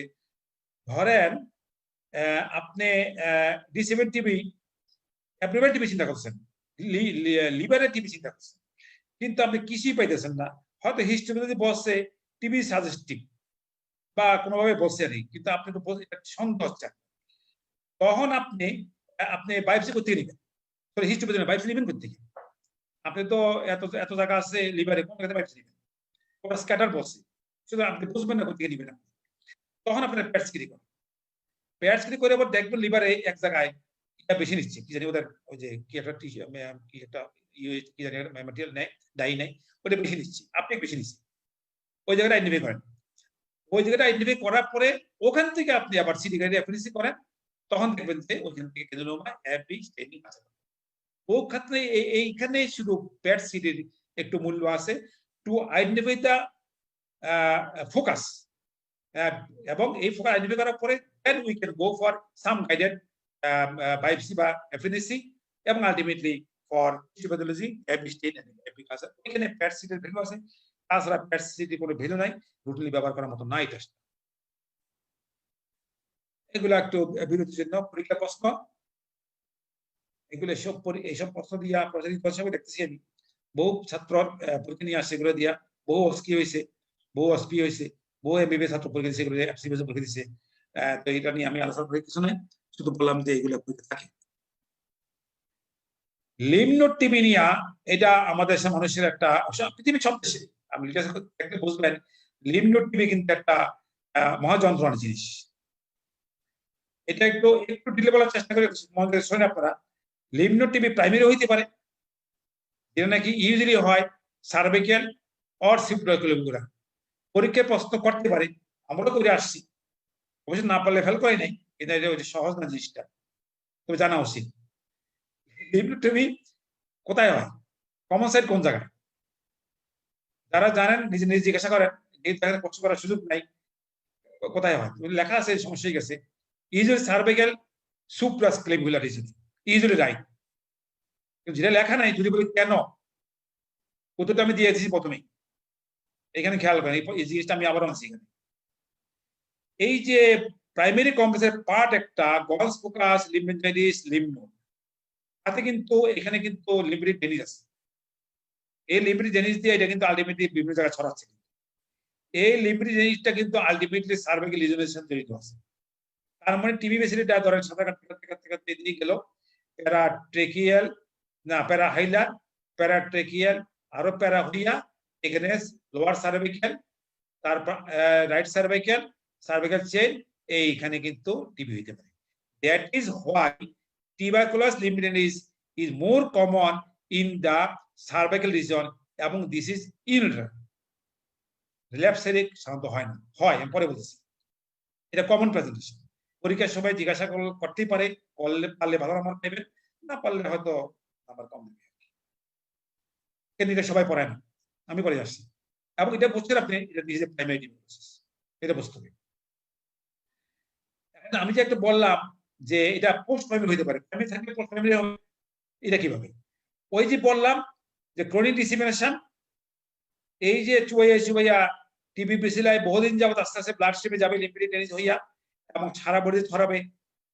সারা বডি ছড়াবে মানে কি, বোনস, জয়েন্ট, কিডনি বিভিন্ন জায়গায় যাচ্ছে, তো সারা বডি লিম্ফ নোড, সারা বডি লিম্ফ নোডে যাবে, বিভিন্ন লিম্ফ নোডে এটা বসে থাকবে, চুপচাপ থাকবে, কিছুই হবে না। হয়তো কোনো আনফেভারেবল কন্ডিশন পাইলে কয়েকটা লিম্ফ নোড একসাথে বড় হইতে পারে, তার মানে জেনারেল লিম্ফ নোড হইতে পারে। এটা হলো পোস্ট প্রাইমারি টিউবারকুলাস লিম্ফোডেনিস, তবে এটা একটু আনকমন, এটাকে বলা হয় রিঅ্যাক্টিভেশন ফোকাস। তার মানে এগুলো সিডলিং এ বসেছিল বিভিন্ন লিম্ফ নোডে due to chronic haematogenous dissemination, এবং পরবর্তীকালে কোনো এক সময় রিঅ্যাক্টিভেশন হয়েছে, কয়েকটা লিম্ফ নোড একসাথে হইলো, এই জন্যই। বা লেফট সাইডে হইতে পারে, তখন লেফট রাইট দুই দিকে হইতে পারে, ইঞ্জিন হইতে পারে, সাধারণত এটা এগুলো হইতে পারে। এটা বলে পোস্ট প্রাইমারি আবার ডিসিমিনেটেড টিউবারকুলাস লিম্ফোডেনিস। পরীক্ষা প্রশ্ন, একটা জেনারেল লিম্ফোডেমি রোগী আসলো, জিজ্ঞাসা করলো এটা টিবি লিম্ফ নোড নাকি লিম্ফোমা, দেয়ার আর সাম ডিফারেন্সেস। এটা আমি পরে আসছি, আমার মনে অনেকেই জানে, সুতরাং এখন তুমি জানো কি বলবা, একটা অন্ত বলবা general lymphadenopathy is not common in tuberculosis but common in lymphoma, প্রথম শেষ। যদি শুধু সার্ভাইকাল লিজনে নিয়ে আসে, বলতে it is mostly tuberculosis because cervical লিজনে বিশেষ করে anterior cervical chain involve by TB lymph nodes commonly. Lymphoma হইলে একটু স্প্রেড সারা বিভিন্ন জায়গায় থাকে, তবে লিম্ফোমা টু স্টার্ট এক জায়গায় হইতে পারে, সবকিছু ফেলাচ্ছি। এইগুলো লিম্ফ টিউবারকুলোসিস দিয়া, এবং লিম্ফ টিউবারকুলোসিস কিন্তু মাইক্রোব্যাকটেরিয়াম টিউবারকুলোসিস হয়, আবার নন টিউবারকুলাস মাইক্রোব্যাকটেরিয়াম হয়। তো ঝুঁকির বেশি এগুলোর মধ্যে আমাদের দেশে হয় না, অথবা ডায়াগনোস হয় না, একটু কমন হয় আর কি। এখন আমরা টিবি একটা আমরা কিভাবে হইলো এটা আমরা বোঝার চেষ্টা করছি, এবং ডায়াগনোসিসটা কিভাবে করা যেতে পারে কিছু আমরা আলোচনা করলাম। বাকিটা তোমাদের পড়ার জন্য রয়ে গেল। ট্রিটমেন্ট অফ এক্সট্রাপোলার টিউবারকুলোসিস মানে NTB drugs, hallmark of TB. এখানে তো লাইন পেলে বলা সম্ভব না, আমি শুধু আর কয়েক মিনিটে কথাটা বলবো এখানে। আর আমি ডক্টর ইয়াসানকে বলবো যে টিবি কিন্তু শেষ হবে না, কিন্তু টিবি কিন্তু শেষ হবে না, আমি পরে বলবো। আমি তো বোন টিবির উপরে 2 ঘন্টা লেকচার দেবো, আর অর্থোপেডিক্স দিলে 3 ঘন্টা পারবো। তো স্পাইনাল টিবির উপরে আমি 1 ঘন্টা পারবো, ডিউরেশনটা পারবো 2 ঘন্টা, অর্থোপেডিক্স 3 ঘন্টা পারবে। এগুলো কিন্তু পড়তে হবে, কিন্তু এগুলো কমন, কিন্তু আনকমন আমাদের দেশে। মোবাইলের সুযোগ থাকলে পরবর্তীকালে এগুলো আলাদা আলাদা নিয়ে আমার মনে হয় আলোচনা করা উচিত। প্রথম কথা হলো guideline recommendation, same regimen for both pulmonary tuberculosis extrapulmonary tuberculosis. এটা গাইডলাইনের। আমি আবারও বলি, guideline is not for the clinician always, guideline is for the field worker use it. আপনারা কেন পড়েন? আমরাও তো ফিল্ডে কাজ করতে হয়, ফিল্ডে কি করে আমাকে জানতে হয়, এই জন্য আমরা গাইডলাইন পড়ি। আর গাইডলাইন পড়ি যেন আমাকে মিসগাইড করতে না পারে, এই জন্য পড়ি আমি। কিন্তু guideline is not always for the clinician. সরাসরি ধরুন এখানে আসে না, স্বীকার করবে কিনা দরকারে পরে কমেন্ট করবে। সুতরাং আমি আর সিনিয়রকে দেখতেছি না, ওরা অনেক থাকতে পারে। গাইডলাইন, কিন্তু গাইডলাইন বলে যে না permanent tuberculosis extrapulmonary tuberculosis treatment একই। আমি এখানে বলতে ভুলে যাব, আমি একটু বলে নিই, গাইডলাইন যারা বানায় তারা কিন্তু আসলে ইউজুয়ালি ন্যাশনাল টিবি কন্ট্রোল প্রোগ্রামের লোক। এখন আমি 15 বছর কাজ করছি সেখানে, আমি দেখে আসছি এখানে সবচেয়ে মোস্টলি নন ক্লিনিশিয়ান প্রোগ্রাম ম্যানেজার বানায়। একজন ক্লিনিশিয়ান ডাকে, তারা অনেক সময় যায়, অনেক যায় না, সময় থাকে না, সময় দেয় না, অনেক সময় ডাকে না। এবং আমি আচ্ছা এটা বলবো না। তো সুতরাং ওরা কিন্তু they focuses mainly on pulmonary tuberculosis, যেটা নাকি তাদের মূল কাজ, to prevent infectious tuberculosis in the community, ওটা ওদের কাজ।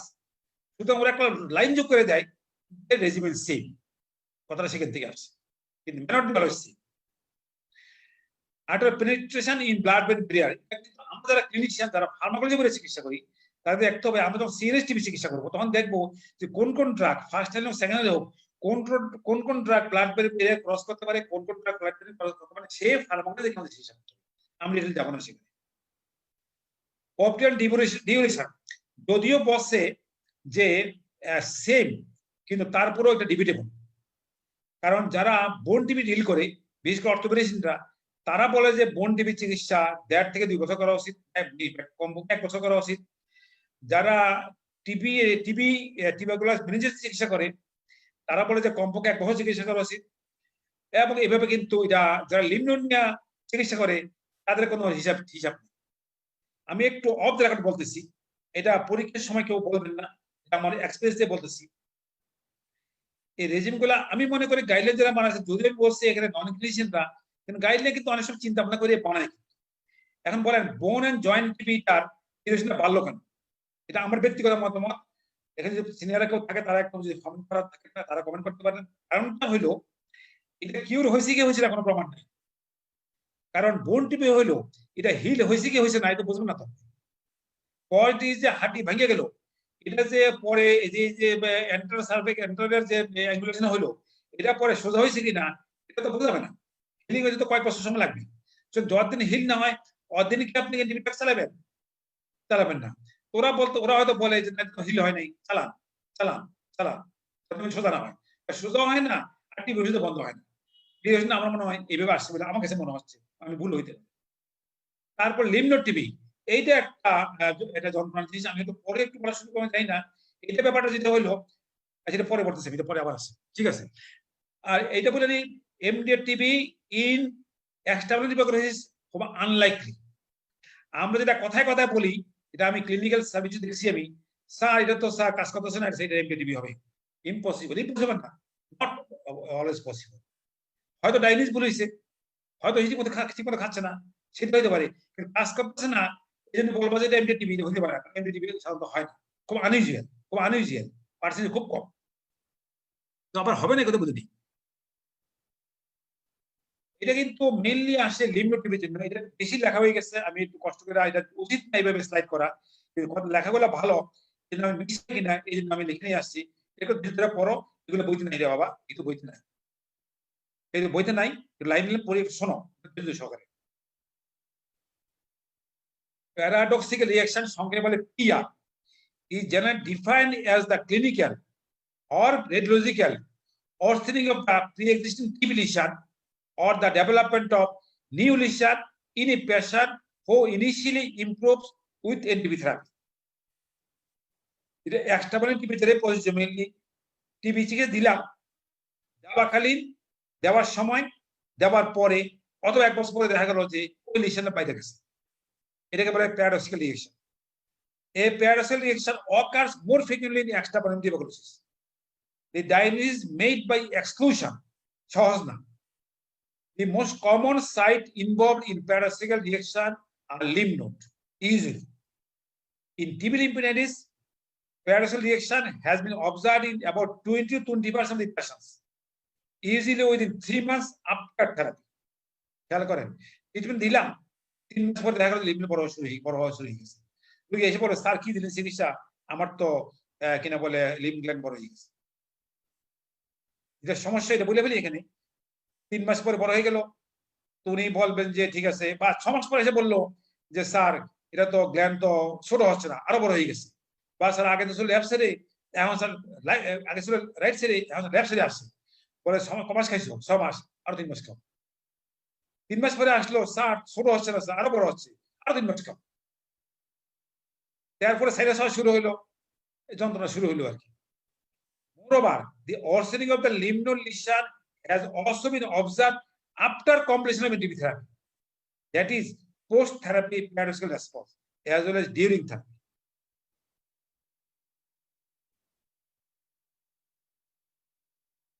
In case of studies on lymphadenitis, residual lymph nodes at the end of treatment have usually been used for enhancing the treatment outcome. যে বললাম, চিকিৎসা করে দেখা গেল লিম্ফ নোড রয়ে গেছে, তো চিন্তা করা হয় যে বোধহয় টিবি ভালো হয় নাই, তো আরো কিছুদিন খান। However, residual lymph nodes do not always mean an unfavorable outcome. এমন একটা লিম্ফ নোড থেকে যাওয়ায় কিন্তু টিবি ভালো হয় নাই এটা বলা যাবে না, কারণ টিবি ভালো হওয়ার পরে কিন্তু lymph node may persist.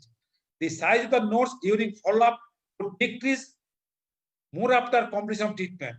Furthermore, 11 to 30% of patients may be left with residual nodes in the long term. অর্থাৎ টিবি চিকিৎসা করার পরও, টিবি বেসিলে মারার পরও, টিবি ভালো যাওয়ার পরও লিম্ফ নোড টিবিতে লিম্ফ নোড বড় থাকতে পারে অনেক যাবত। এটা মিল করে না যে টিবি রয়ে গেছে। কি করতে হবে এটা পরে আসছে। এটা একটা চেহারা, এটা আমার রোগী। Development of nodes during therapy or at the end of therapy is common. এটা থেরাপির সময় হয়েছিল, বড় হয়েছিল, এমন টিবি খাবার চলতে আছে এবং টিবি 1 বছর পরও এক অবস্থা আরো বাড়তেছে। এটা প্যারাডক্সিক্যাল আপগ্রেডেশন হয়েছে বলে মনে করা হয়েছে। Lengthening of the treatment on the face of enlargement of the lymph nodes, particularly on the basis of FNAC or biopsy, without further query is undesirable. এখানে আমি একটু জিনিসটা একটু যারা শুনতে চান একটু মনোযোগ শুনেন। আমি যখন টিবি নিয়ে কাজ করেছিলাম গভর্নমেন্টের সাথে, একবার ধরেন বছর 10 আগে আমি যখন দেখতেছিলাম, অডিট করতেছিলাম অনেক অন্য জেলায়, দেখলাম যে বিভিন্ন জায়গায় ক্যাটাগরি তখনকার দিনে ক্যাটাগরি 2 ট্রিটমেন্ট হয়ে গেছে। আমি জিজ্ঞাসা করলাম যে ক্যাটাগরি 2 বাড়ার কারণে, গতবার তো এইভাবে বাড়ে না, এখন এইবার ক্যাটাগরি 2 ট্রিটমেন্ট বললাম। ক্যাটাগরি 2 মানে ট্রিটমেন্ট ফেলিউর। আমাকে এমন কি ঘটলো যে এই বছর ট্রিটমেন্ট ফেলিউর হচ্ছে, ব্যাপারটা কি? আমি ফাইল খোঁজা শুরু করলাম, ফাইল খুঁজে দেখলাম যে এইগুলো ম্যাক্সিমাম লিম্ফ নোড টিবি। আমি বললাম লিম্ফ নোড টিবিতে ক্যাটাগরি 2 লাগলো, ফেল করলো। আমার নলেজ তো যতটুকু গোজ কনসার্ন যে লিম্ফ নোড টিবি তো কোসিডিসিলারি, লিম্ফ নোড টিবি তো ফেল করার কথা না, তাকে তো ওষুধ খায় নাই ঠিক মতন। আপনাকে তাহলে ডটস থেকে ওষুধ দেননি ঠিক মতন, তার ডটস এর ফেলুন বললাম স্যার ডটস থেকে ওষুধ দিছি, 6 মাস খাইছে স্যার, 6 মাস খাইছে। ঘটনাটা কি? পরে দেখলাম যে এই ঘটনাটা ঘটছে, মাঝখান দিয়া ধরেন 5 মাসের মাথায় বা 6 মাসের মাথায়, 6 মাসের মাথায় মনে করেন ডাক্তার সাহেব এটাকে অ্যাফেলিসি করছে, অ্যাফেলিসি করে দেখছে গ্রানুলোমা আছে, আর কিছু দেখে নাই, দেখছে গ্রানুলোমা আছে। তার মানে উনি ভাবছে যেহেতু গ্রানুলোমা আছে, গ্রানুলোমা টিবি সাইন, উনি বলছে তোমার তো টিবি ভালো হয় নাই, তুমি ইয়া করো, টিবি ওষুধ বাড়াই দাও। এই যে টিবি ওষুধ বাড়াইলো, এই টিবি বন্ধ হচ্ছে না, আর গ্রানুলোমা যাচ্ছে না।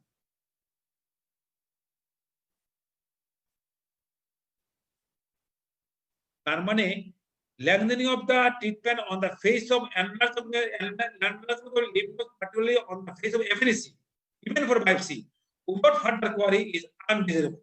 কি করতে পারে আমরা আস্তে আস্তে আসিয়া বলবো জিনিসটা।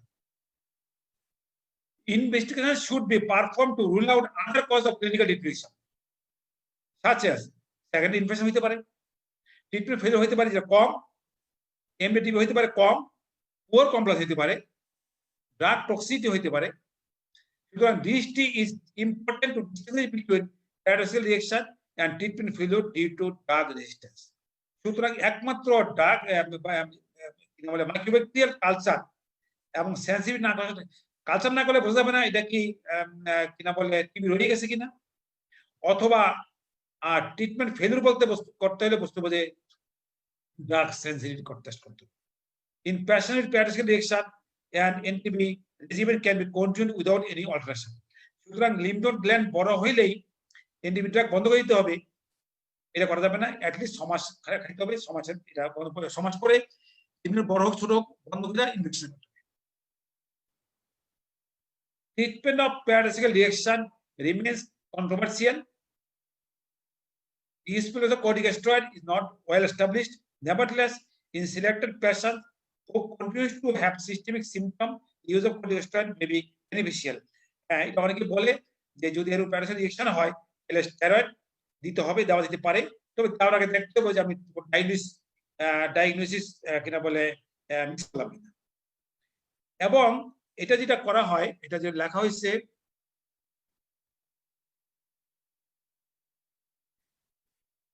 এইটা কথাটা ঠিক না।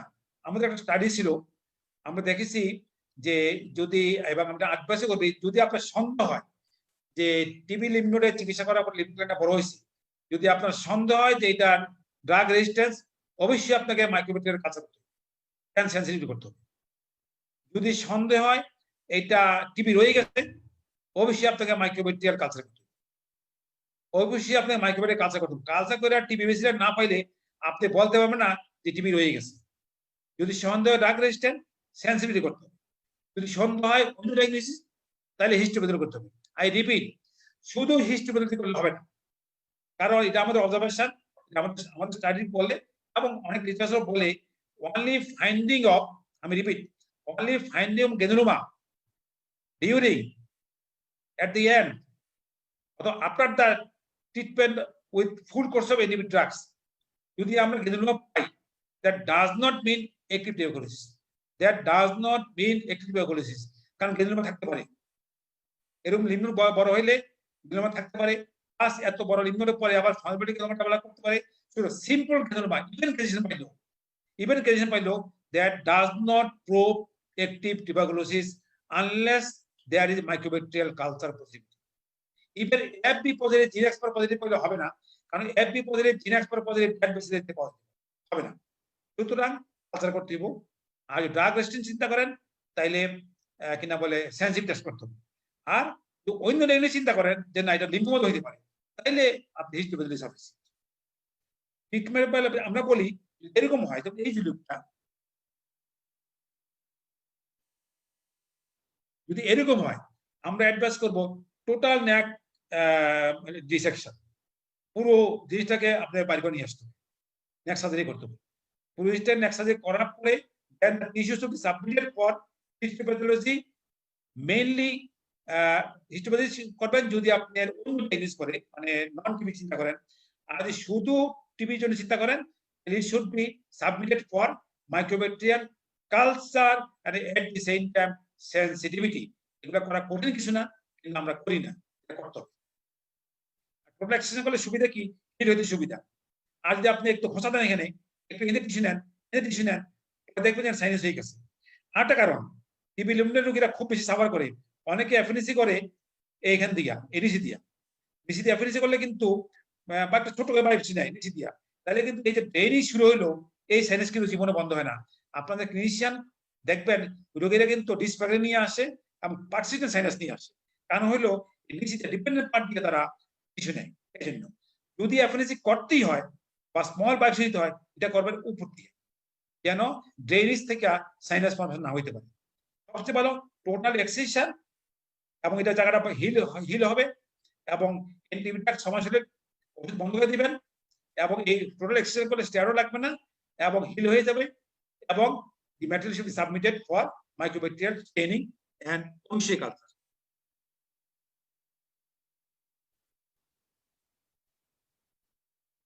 এইটা হলো স্টেরয়েড। এটাকে বলা হয়েছে এখানে যে আমরা জানি যে কতগুলো জিনিসের স্টেরয়েড ইন্ডিকেশন আছে। একটা হলো আপনার কিনা বলে নিউরোলজিক্যাল ডিসেবিলিটি বন্ধ করার জন্য এবং ফাইব্রোসিস বন্ধ করার জন্য এটা দেওয়া হয় এবং মেইনলি নিউরোলজি ব্যবহার করা হয়, ডিফিউশন অনেক সময় ব্যবহার করা হয়, ব্যবহার করা হয় এবং হলো বিস্কারের জন্য স্ট্রিকচার না হয় ইন্টেস্টাইনে ইউরেটারে ব্যবহার করা হয়। এটা দেওয়া হয়। Currently available evidence indicates meaningful clinical benefit in patient TB meningitis and TB pericarditis.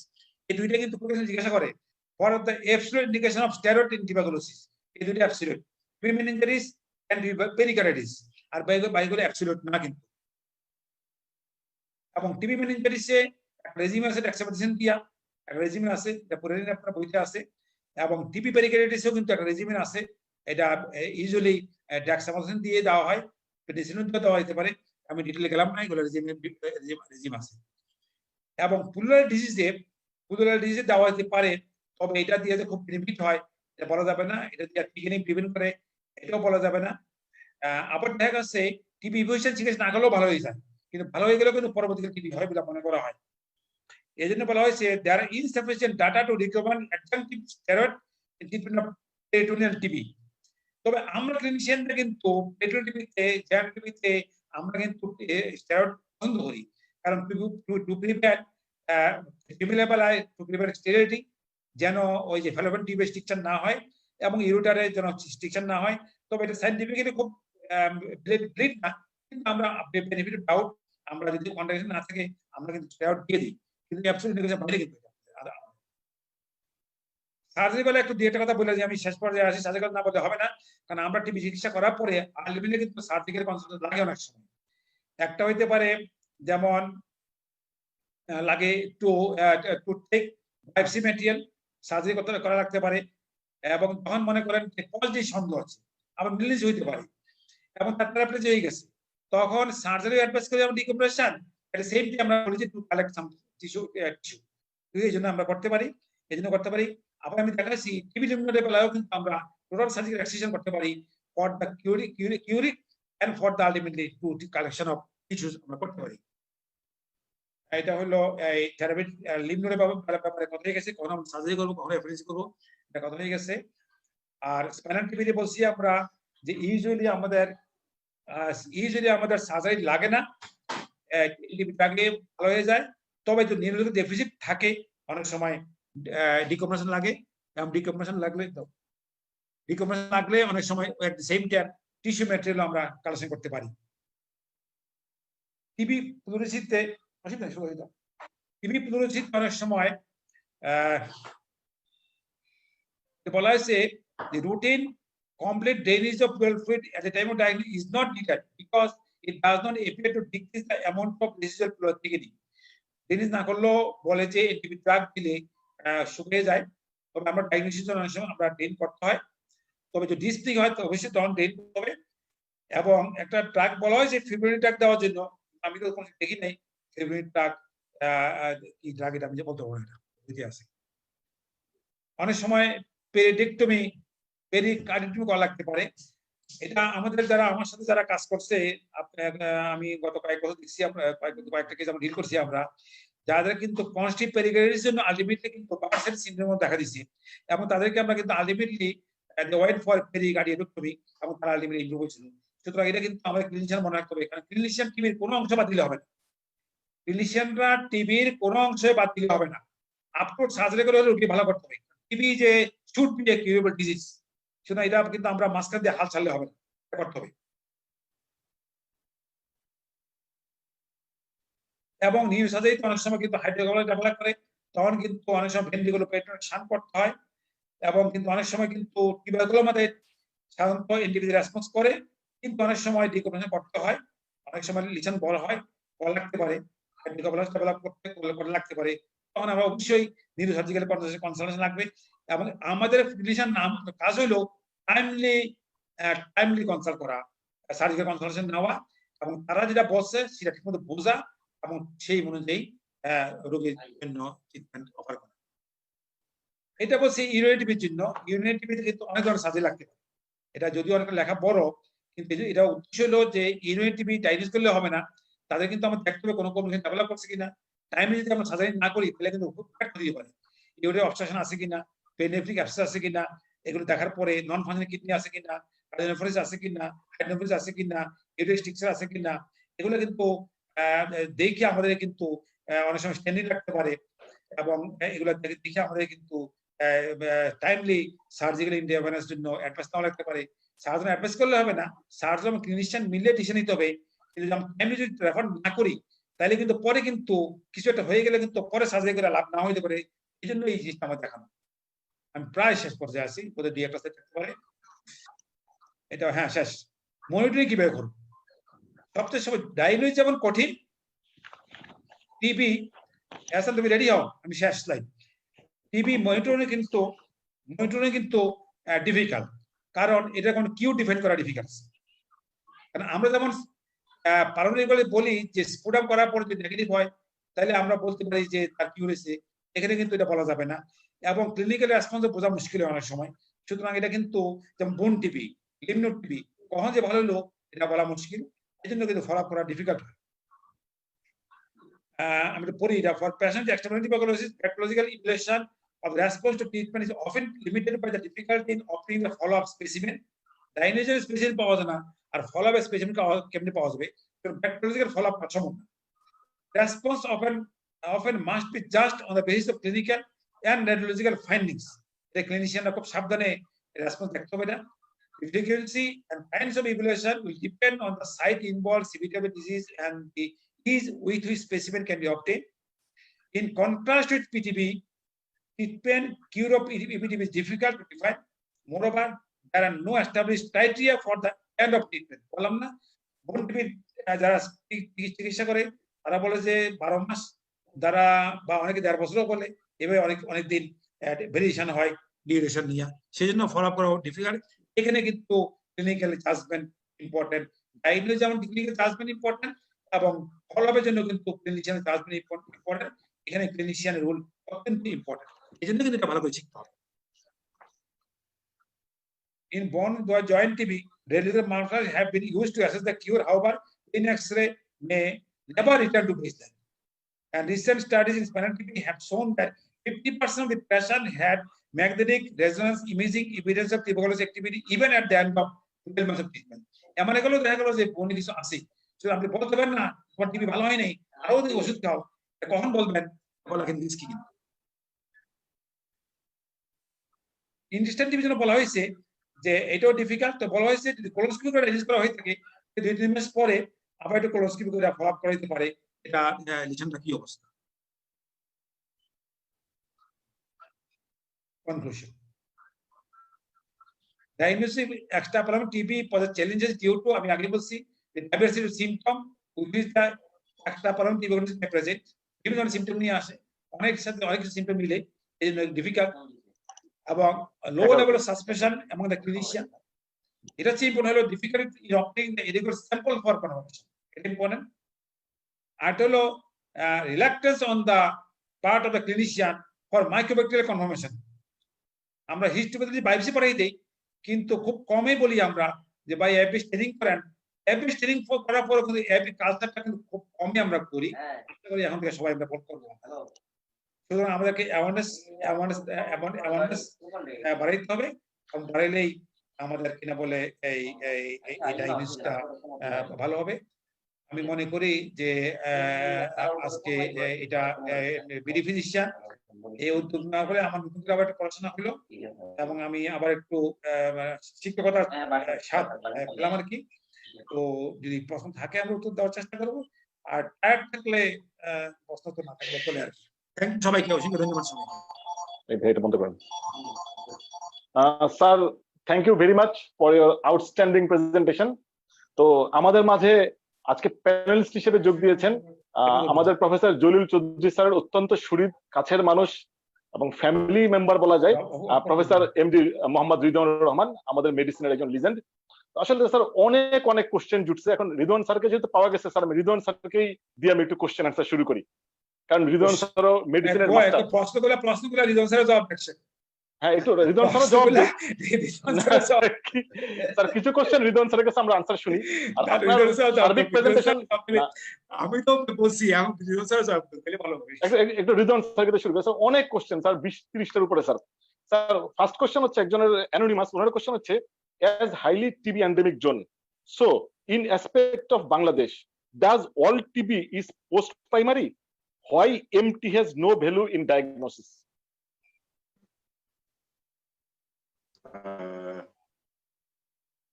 ওকে, আমার মনে হয় যে জলিল ভাই তো এমন ভাবে আমিও লেকচারটা শুনলাম যে আমার ঝালাই হয়ে গেল এই পিটিপিটা। তো শুধু প্রশ্নের উত্তর নয়, আমি কিছু কমেন্ট করব যেটা গ্লোবালি আন্ডারস্ট্যান্ডিং এবং অ্যাপ্লিকেশন দুদিকেই অ্যাসেস করতে পারে। তো খুব সুন্দরভাবে জলিল ভাই এগুলা বলেছে। আমি মনে করি যে পরীক্ষার জন্য এগুলা অত্যন্ত গুরুত্বপূর্ণ এবং এটাতে সব স্টুডেন্টদের এটা লাভ হবে, আমারও লাভ হচ্ছে। তো এই পিটিবি যে ডায়াগনোসিসের জন্য যে এমটির প্রশ্নটা করলো, জলিল ভাই খুব ভালোভাবে বলেছে যে আমাদেরকে বেশিরভাগ এক্সট্রা পালমোনারি টিউবারকুলোসিস করতে হয় উইদাউট কনফার্মড ডায়াগনোসিস। তাহলে গ্লোবালি কিন্তু এপিটিবি যেগুলা ডায়াগনোসিস হচ্ছে ওদেরকে নিয়ে একটা গবেষণা আছে, বিশাল গবেষণা। ওই গবেষণা বলছে যে যাদেরকে আমরা কনফার্ম ডায়াগনোসিস না করে এক্সট্রা পালমোনারি টিউবারকুলোসিসের চিকিৎসা দিচ্ছি, তার মধ্যে শতকরা 30%, মানে 1/3 of them have no tuberculosis। এটা হচ্ছে তথ্য। এখন আমি মনে করতে পারি যে না, আমি এসব করি নাই, আমার কাছে কোনো বেশকম হয়নি, আমি সব ঠিক করছি, যা করছে জলিল ভাই মিস করছে, এরকম বলে আমি নিজের দায়িত্বটা সারাই দিতে পারি। কিন্তু আমাদের অত্যন্ত সচেতন এই কথাটার মর্মার্থ উপলব্ধি করতে হবে যে যা দুনিয়া জুড়ে যেগুলো করতে, হয়তো আমি করতেছি না, আপনি করতেছেন না, কিন্তু দুনিয়া জুড়ে যেগুলো ডায়াগনোস হচ্ছে তার শতকরা 30% do not have any tuberculosis. তাহলে এটাতে যেটা জলিল ভাই বললো, যেটা ফলস পজিটিভ ডায়াগনোসিস যেমন high, false negative diagnosis are high because we cannot achieve a confirmation immediately. তাহলে এটার ইমপ্লিকেশন কি? ইমপ্লিকেশন হচ্ছে unless TB is life threatening or organ threatening, go slow for a therapeutic trial of anti-TB unless you have a confirmation. তাহলে গো slow কেন করতে হবে? গো slow করতে হবে এই জন্য যে ওই 30% গুলা যেন আমার হাতে না হয়। তাহলে লাইফ থ্রেটেনিং না হয় উই গো স্লো। কেন স্লো যাব? যে আমি যে অবজারভেশন পিরিয়ডটা দেবো, এটা 2 সপ্তাহ বা 3 সপ্তাহ বা 1 সপ্তাহ যেটাই হোক, সেখানে ওদেরকে আমরা রিপিটেডলি ক্লিনিক মানে markers of activity of tuberculosis দেখি, exclusion of other differential diagnosis responsible for the clinical syndrome, as well as we try to see that the patient has activity of the disease. তাহলে activity খুব সহজে, যেরকম activity কি সেটা হচ্ছে বলছে যে কোনো জায়গায় শরীরে টিবি হোক, এটার একটা কোর সিনড্রোম আছে। কোর মানে হচ্ছে সব রোগীর মধ্যে এটা থাকবে, থাকার কথা, কিছু এক্সেপশন তো থাকবেই। সেই কোর সিনড্রোমটার নাম হচ্ছে chronic by duration febrile wasting syndrome. তাহলে tuberculosis is a chronic febrile wasting syndrome. তাহলে আমি যে পিরিয়ড অফ অবজারভেশন করব, সেখানে আমি টেম্পারেচার মনিটর করব, সেখানে আমি বডি ওয়েটটা মনিটর করব, সেখানে আমি এরপরে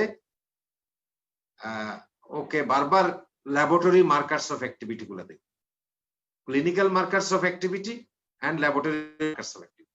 তাহলে ক্লিনিক্যাল মার্কার্স অফ অ্যাক্টিভিটি হচ্ছে পারসিস্টেন্ট কন্টিনিউড ওয়েট লস, আর যদি হেমাপটাইসিস থাকে অথবা যদি প্রোগ্রেসিভ ফান্ডিং চেস্ট শ্যাডোয়িং থাকে, অথবা যদি প্লুরাল এফিউশন থাকে, অথবা যদি স্পুটাম মেবি পজিটিভ পাই, যে কোনো একটা পেলেই কিন্তু এটা ক্লিনিক্যাল এন্ড ল্যাবরেটরি মার্কার, তাহলে আমরা আশা করি যে ইএসআরটা প্রোগ্রেসিভলি বাড়তে থাকবে, সিআরপি গুলো প্রোগ্রেসিভলি বাড়তে থাকবে যদি রোগী চিকিৎসা না দিই আন্ডার অবজারভেশন।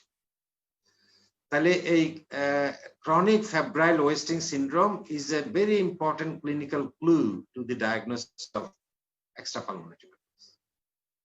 তাহলে আমরা এটা কেন বেশি ওভার ডায়াগনোসিস হচ্ছে, 30% রোগীর নাই বলছেন আপনারা, কারণটা কি? কারণটা হচ্ছে যে TB is a versatile genius disease. It can cause any known clinical syndrome except true pregnancy. তাহলে সরাসরি প্রেগন্যান্সির সাইন সিমটম ছাড়া বলে যে এটা যে কোনো কিছু করতে পারে। তাহলে এই জন্য ডিফারেন্সিয়াল ডায়াগনোসিসে আমাদেরকে টিবি ডিফারেন্সিয়াল ডায়াগনোসিস আসবে, কিন্তু আমরা গো স্লো করব যদি এটা লাইফ থ্রেটেনিং না হয়, অর্গান থ্রেটেনিং না হয়। তাহলে লাইফ থ্রেটেনিং এবং অর্গান থ্রেটেনিং কোনগুলা? সেটা হচ্ছে সিএনএস টিবি, পেরিকার্ডিয়াল টিবি, হ্যাঁ, যেগুলো স্টেরয়েড ইন্ডিকেশন দিয়েছে যে টিবি ইন দ্য হলো organs of the body like ureter, Fallopian tube, vas deferens, হ্যাঁ, এগুলোর মধ্যে যদি হয়ে থাকে, biliary tree, even the GI tract in some cases, তাহলে এগুলা হচ্ছে পটেনশিয়ালি অর্গান থ্রেটেনিং। আর হচ্ছে যেগুলা জয়েন্ট টিবি, বোন টিবি এবং স্পাইনাল টিবি যেটা জলিল ভাই বলেছে, ওইগুলাও হচ্ছে পটেনশিয়ালি অর্গান থ্রেটেনিং। তাহলে এই জিনিসগুলোতে আমাদেরকে তাড়াতাড়ি করতে হবে। আর যদি এই দুইটার কোনো একটা না থাকে, go slow, allow the disease to come out, try confirm the diagnosis. উনি বারবার বলেছে যে আমরা শুধু এফডি করেই ছেড়ে দিচ্ছি, কোনো কালচার করছি না, কিন্তু কালচারটা একটু ডিফিকাল্ট, 6 সপ্তাহ লেগে যায়। তাহলে এটা দিয়ে আমাদেরকে অপেক্ষা করতে হবে যে আরো যেগুলা রেপিড কালচার কিছু আবিষ্কার হয়েছে, এগুলো আমাদের দেশে নেই, কিন্তু আমরা আশা করি যে ভবিষ্যতে এগুলা পাওয়া যাবে। তাহলে মন্টু টেস্ট কেন আমাদের জন্য ডায়াগনস্টিক ভ্যালুও নাই, এটার প্রোটেক্টিভ ভ্যালু বলে যে ইট ভেরিজ বিটুইন 0 and 60%, 70%। তাহলে যেটা ইন্ডিয়ায় যে স্টাডি হয়েছে ওটাতে দেখিয়েছে যে বিসিজির প্রোটেকশন ইজ 0%। আবার ইউকে, ইউএসএ তে যে প্রোটেকশন আছে এটা হচ্ছে অনেক হাই। তাহলে আমাদের দেশে, ইন্ডিয়ান সাবকন্টিনেন্টে এবং অলসো ইন আফ্রিকা, বলে যে the major reason for a Montu test positive is BCG vaccination in childhood. আরেকটা হচ্ছে বলে যে আমাদের সোসাইটিতে, আমাদের সয়েলে এত পরিমাণ অ্যানোনিমাস মাইক্রোব্যাকটেরিয়া, যেটা অ্যাটোপিক্যাল মাইক্রোব্যাকটেরিয়া আছে, ওগুলার কারণে আমাদের ইনফেকশন হয়ে যাচ্ছে, ইনফেকশন ক্লিয়ার হয়ে যাচ্ছে, কিন্তু পরে দিয়ে মন্টু টেস্ট পজিটিভ দেখে যাচ্ছে। এই জন্য Mantoux test has lost value in countries where BCG vaccination is routine in EPI. তাহলে ওয়েস্টার্ন কান্ট্রিগুলো, ইউকে, ইউএসএ ফর এক্সাম্পল, ওখানে কিন্তু বিসিজি ভ্যাকসিন দেওয়া হয় না। এটা না দেওয়ার একটা কারণ হচ্ছে to use Montu test as the diagnostic test. এবং এখন যদি আপনি যদি ইউকে তে যান কেউ, ওকে কিন্তু চট করে মন্টু টেস্ট ম্যান্ডেটরি করতেই হবে। করার পরে যদি ওর মন্টু টেস্ট পজিটিভ থাকে, মোর দেন 10 মিলিমিটার থাকে, তখন ওদেরকে ওরা ফুল স্ক্রিন করবে যে কোথাও ডায়াগনোসিস আছে কিনা। যদি দেখে যে না কোনো ল্যাবরেটরি ফিচার নেই, কোনো অর্গান স্পেসিফিক ফিচার নেই, তখন ওরা ডায়াগনোস করবে, জলিল ভাই বলেছে যে এলটিবিআই, লেটেন্ট টিবি ইনফেকশন। তাহলে এই লেটেন্ট টিবি ইনফেকশন হলে ওদেরকে চিকিৎসা খেতে হবে। তাহলে এশিয়ান, আফ্রিকান অরিজিন যারা ইউকে তে আছে, ওদেরকে ম্যান্ডেটরিলি মন্টু টেস্ট করেছে এবং করে যার মধ্যে পজিটিভ পেয়েছে ওদেরকে চিকিৎসা খেতে বাধ্য হয়েছে। এটা অনেক সময় বলছে যে এটা তো ভায়োলেশন অফ হিউম্যান রাইটস, আমার তো নেই, তুমি আমাকে খাওয়াচ্ছ। বলছে হিউম্যান রাইটস তো তোমারটা দেখলাম না, আমার সোসাইটির যে একটা হিউম্যান রাইট আছে সেটাও দেখতে হবে। এই জন্য ইন্ডিয়ান সাবকন্টিনেন্টের লোকগুলাকে এবং আফ্রিকান অরিজিনকে ইউকে তে ম্যান্ডেটরি মন্টু টেস্ট করা হয়েছে। কারণ হচ্ছে বলে যে টিবি এমন একটা জিনিস, এটা অর্গানিজম আবিষ্কার হয়েছে 100 বছর আগে, 100 বছরের বেশি। এই 100 বছর we know and we have the effective medications. আমরা জানি যে নিশ্চিতভাবে টিবিটা কাজ করে, কিন্তু তারপরেও কিন্তু আজকের দুনিয়াতে টিবির problem is ever bigger than in the past. কারণ হচ্ছে আমরা এটাকে যতই বলি যে আমার কাছে সব ওষুধ আছে, আমার কাছে ইফেক্টিভ ওষুধ আছে, আমার ডায়াগনোসিস আছে, তারপর এটা করা যাচ্ছে না, কারণ মানুষ comes late and they spread. তাহলে আমার দেশে এটা আরো বেশি। তাহলে কিছু রোগীর মধ্যে আমি টিবি নাম ধরলেই, ডায়াগনোসিস করলেই বলে যে চিকিৎসা দিতে হবে। তাহলে আপনি যদি বলেন যে মনে হয় এটা সিএনএস টিবি, এই মনে হয় সিএনএস টিবি বলছেন যে এটাই indicates immediate application of treatment. তাহলে এই জন্য মন্টু টেস্ট আমাদেরকে দিচ্ছে না, কিন্তু আবার যদি very strongly positive Mantoux test হয় more than 20 millimetre, it is still a supportive of diagnosis. তাহলে জলিলবা বলেছে যে আমরা বেশি করি যে পজিটিভ থাকবে, তাহলে বেশিরভাগ রোগীর পজিটিভ থাকবে। Again, Montu test negative does not exclude tuberculosis. So many of the patients with disseminated TB, with advanced TB, with TB in malnourished, TB in immunocompromised, you may have a Montu test negative despite having tuberculosis. এই জন্য আমার দেশে মন্টু টেস্টের value কম, কিন্তু western কান্ট্রিজে value বেশি। আরেকটা জলিল ভাই বলেছে, খুব আমি এমফাসাইজ করার জন্য বলছি, ওগুলো উনি বলেছে তারপরও, যে no relief of symptom does not necessarily mean inefficacy of treatment in extrapulmonary tuberculosis. যে আমার মনে হচ্ছে যে চিকিৎসা দেওয়ার পরে লিম্ফ নোড আরো বড় হয়ে গেছে, it doesn't mean an increase in disease. যে একটা কোল্ড অ্যাবসেস ছিল সেটা আরো বড় হয়ে গেছে, it doesn't mean an increase of the disease. তাহলে during treatment patient still may have progressive symptom in some of the patients. তাহলে এটার কোনো টেস্ট অফ কিওর নেই। জলিলবা বলেছে যে সারা দুনিয়া চাচ্ছে, আমরা ক্লিনিশিয়ানরা চাচ্ছি যে তুমি সায়েন্টিস্ট হয়েছে কি জন্য, আমাকে টেস্ট অফ কিওর দাও, আমি জানতে চাই কখন সে ভালো হয়েছে, আমি পর্যন্ত ওর ওষুধ খাওয়াবো। But still now there is none. তাহলে কি করতে হবে? এটার বিকল্প হচ্ছে গাইডলাইন বেসড যে ডিউরেশন অফ ট্রিটমেন্টটা দেওয়া আছে, ওই duration of treatment is enough. তাহলে জলিলবা বলেছে যে এটা 6 মাস চিকিৎসা is enough for pulmonary and extra pulmonary tuberculosis, with exception of some of the conditions where the disease may be progressive, may be associated with sequelae, may be associated with persistent infection. এইসব জায়গাগুলোতে বেশি দিন দেন, CNS TB, বোন TB, joint TB, এগুলোতে even pericardial TB, we can give them a longer course of treatment. এবং TB একমাত্র disease যেখানে বলা হয়েছে a longer over treatment is better than under specific treatment. Maybe over treatment may be better, so we can increase the dose to a longer duration. তো সবগুলো মিলে extra pulmonary tuberculosis উনি বলেছে অনেক ভাবে যে আমাদের জন্য এটা চ্যালেঞ্জ।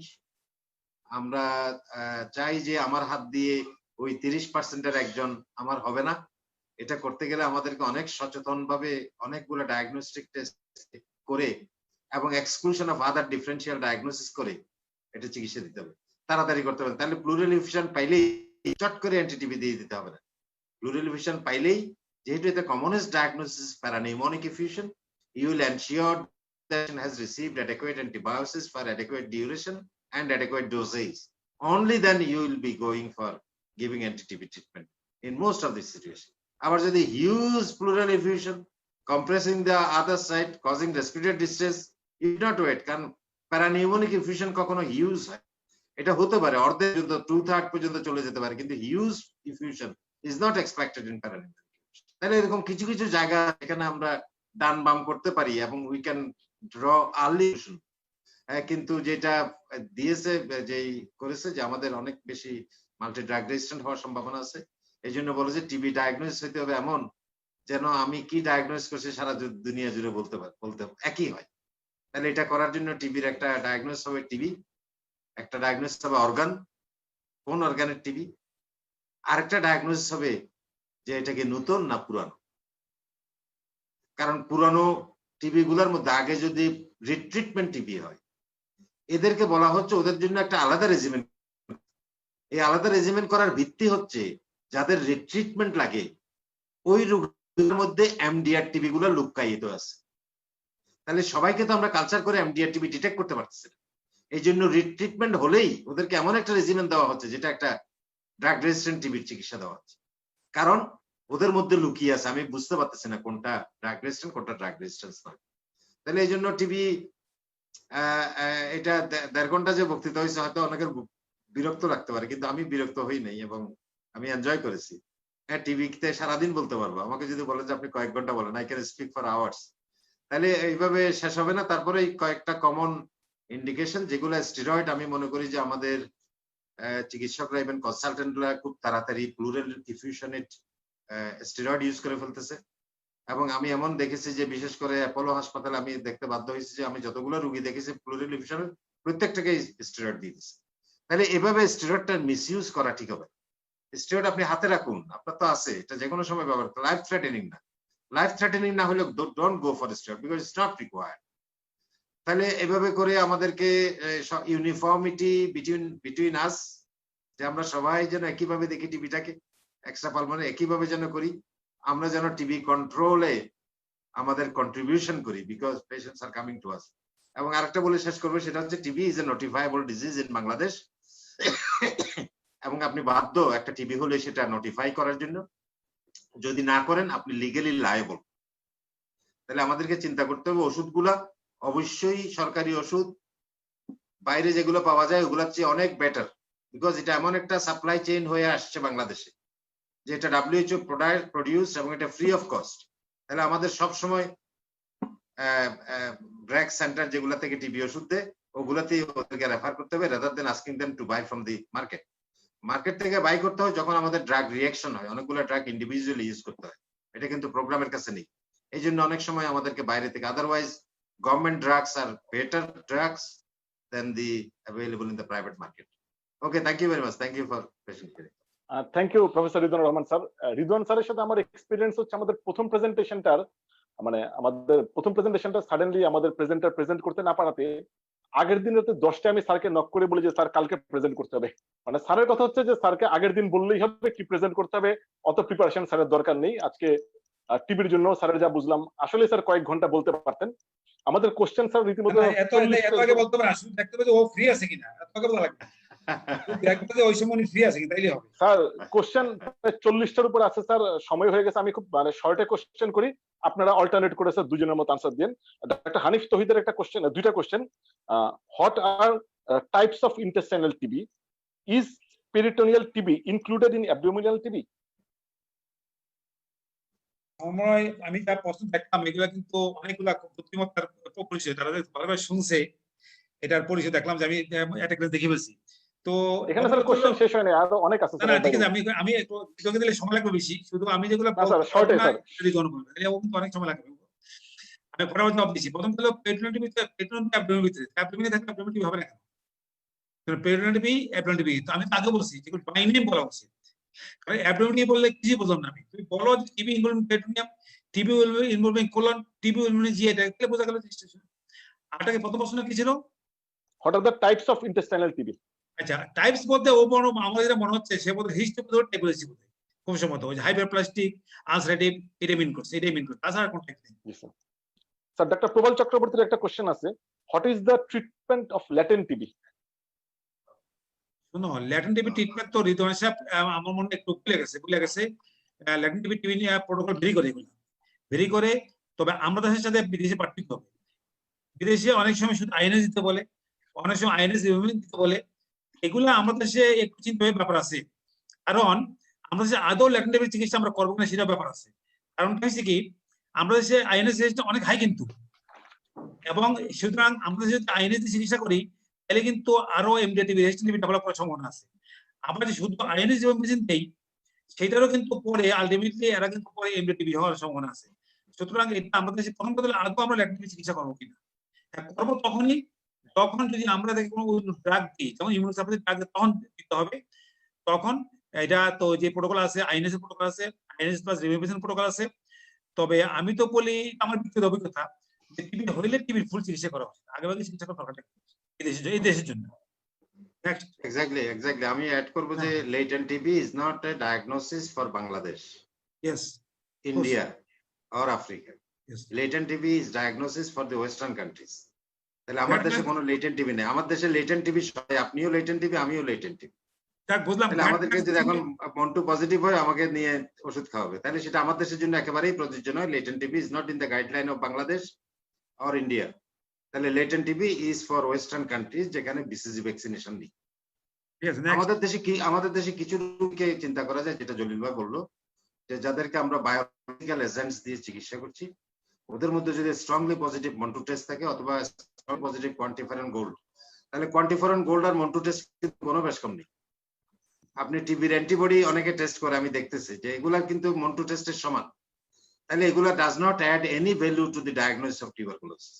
তাহলে এগুলা করলেন না করলে না করলেন, কিন্তু তারপরেও যাদেরকে বায়োলজিক্যাল এজেন্টস যখন দেবো তখন নিয়ম আছে, তখন লাগতে পারে আর কি।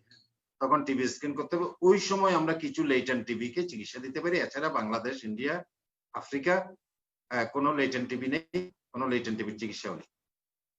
Sir next question doctor Ruhul Kabir, ওনার কোশ্চেন হচ্ছে does cold abscess should be drained with surgical incision or taken through needle?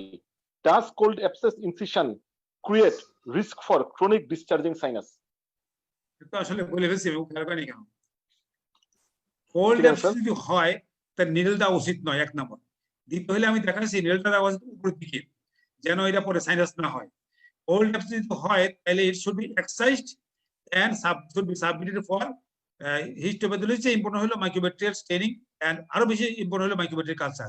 Rizwan সাহেবের একটু কথা আমি একটু ডিফার করতেছি, কালচার দেশে হয় না এই কথা ঠিক না, কিন্তু আমাদের যে ন্যাশনাল টিভি ল্যাবরেটরি আছে মহাখালীতে, ওরা কিন্তু কালচার ফ্রি করে, কিন্তু ওখানে কিন্তু প্রচুর কালচার আমরা পাই না রুগী। সেখানে 2 নম্বর হলো কালচার শুধু সলিড মিডিয়া না, ওখানে কিন্তু বিশেষ করে টিভি ন্যাশনাল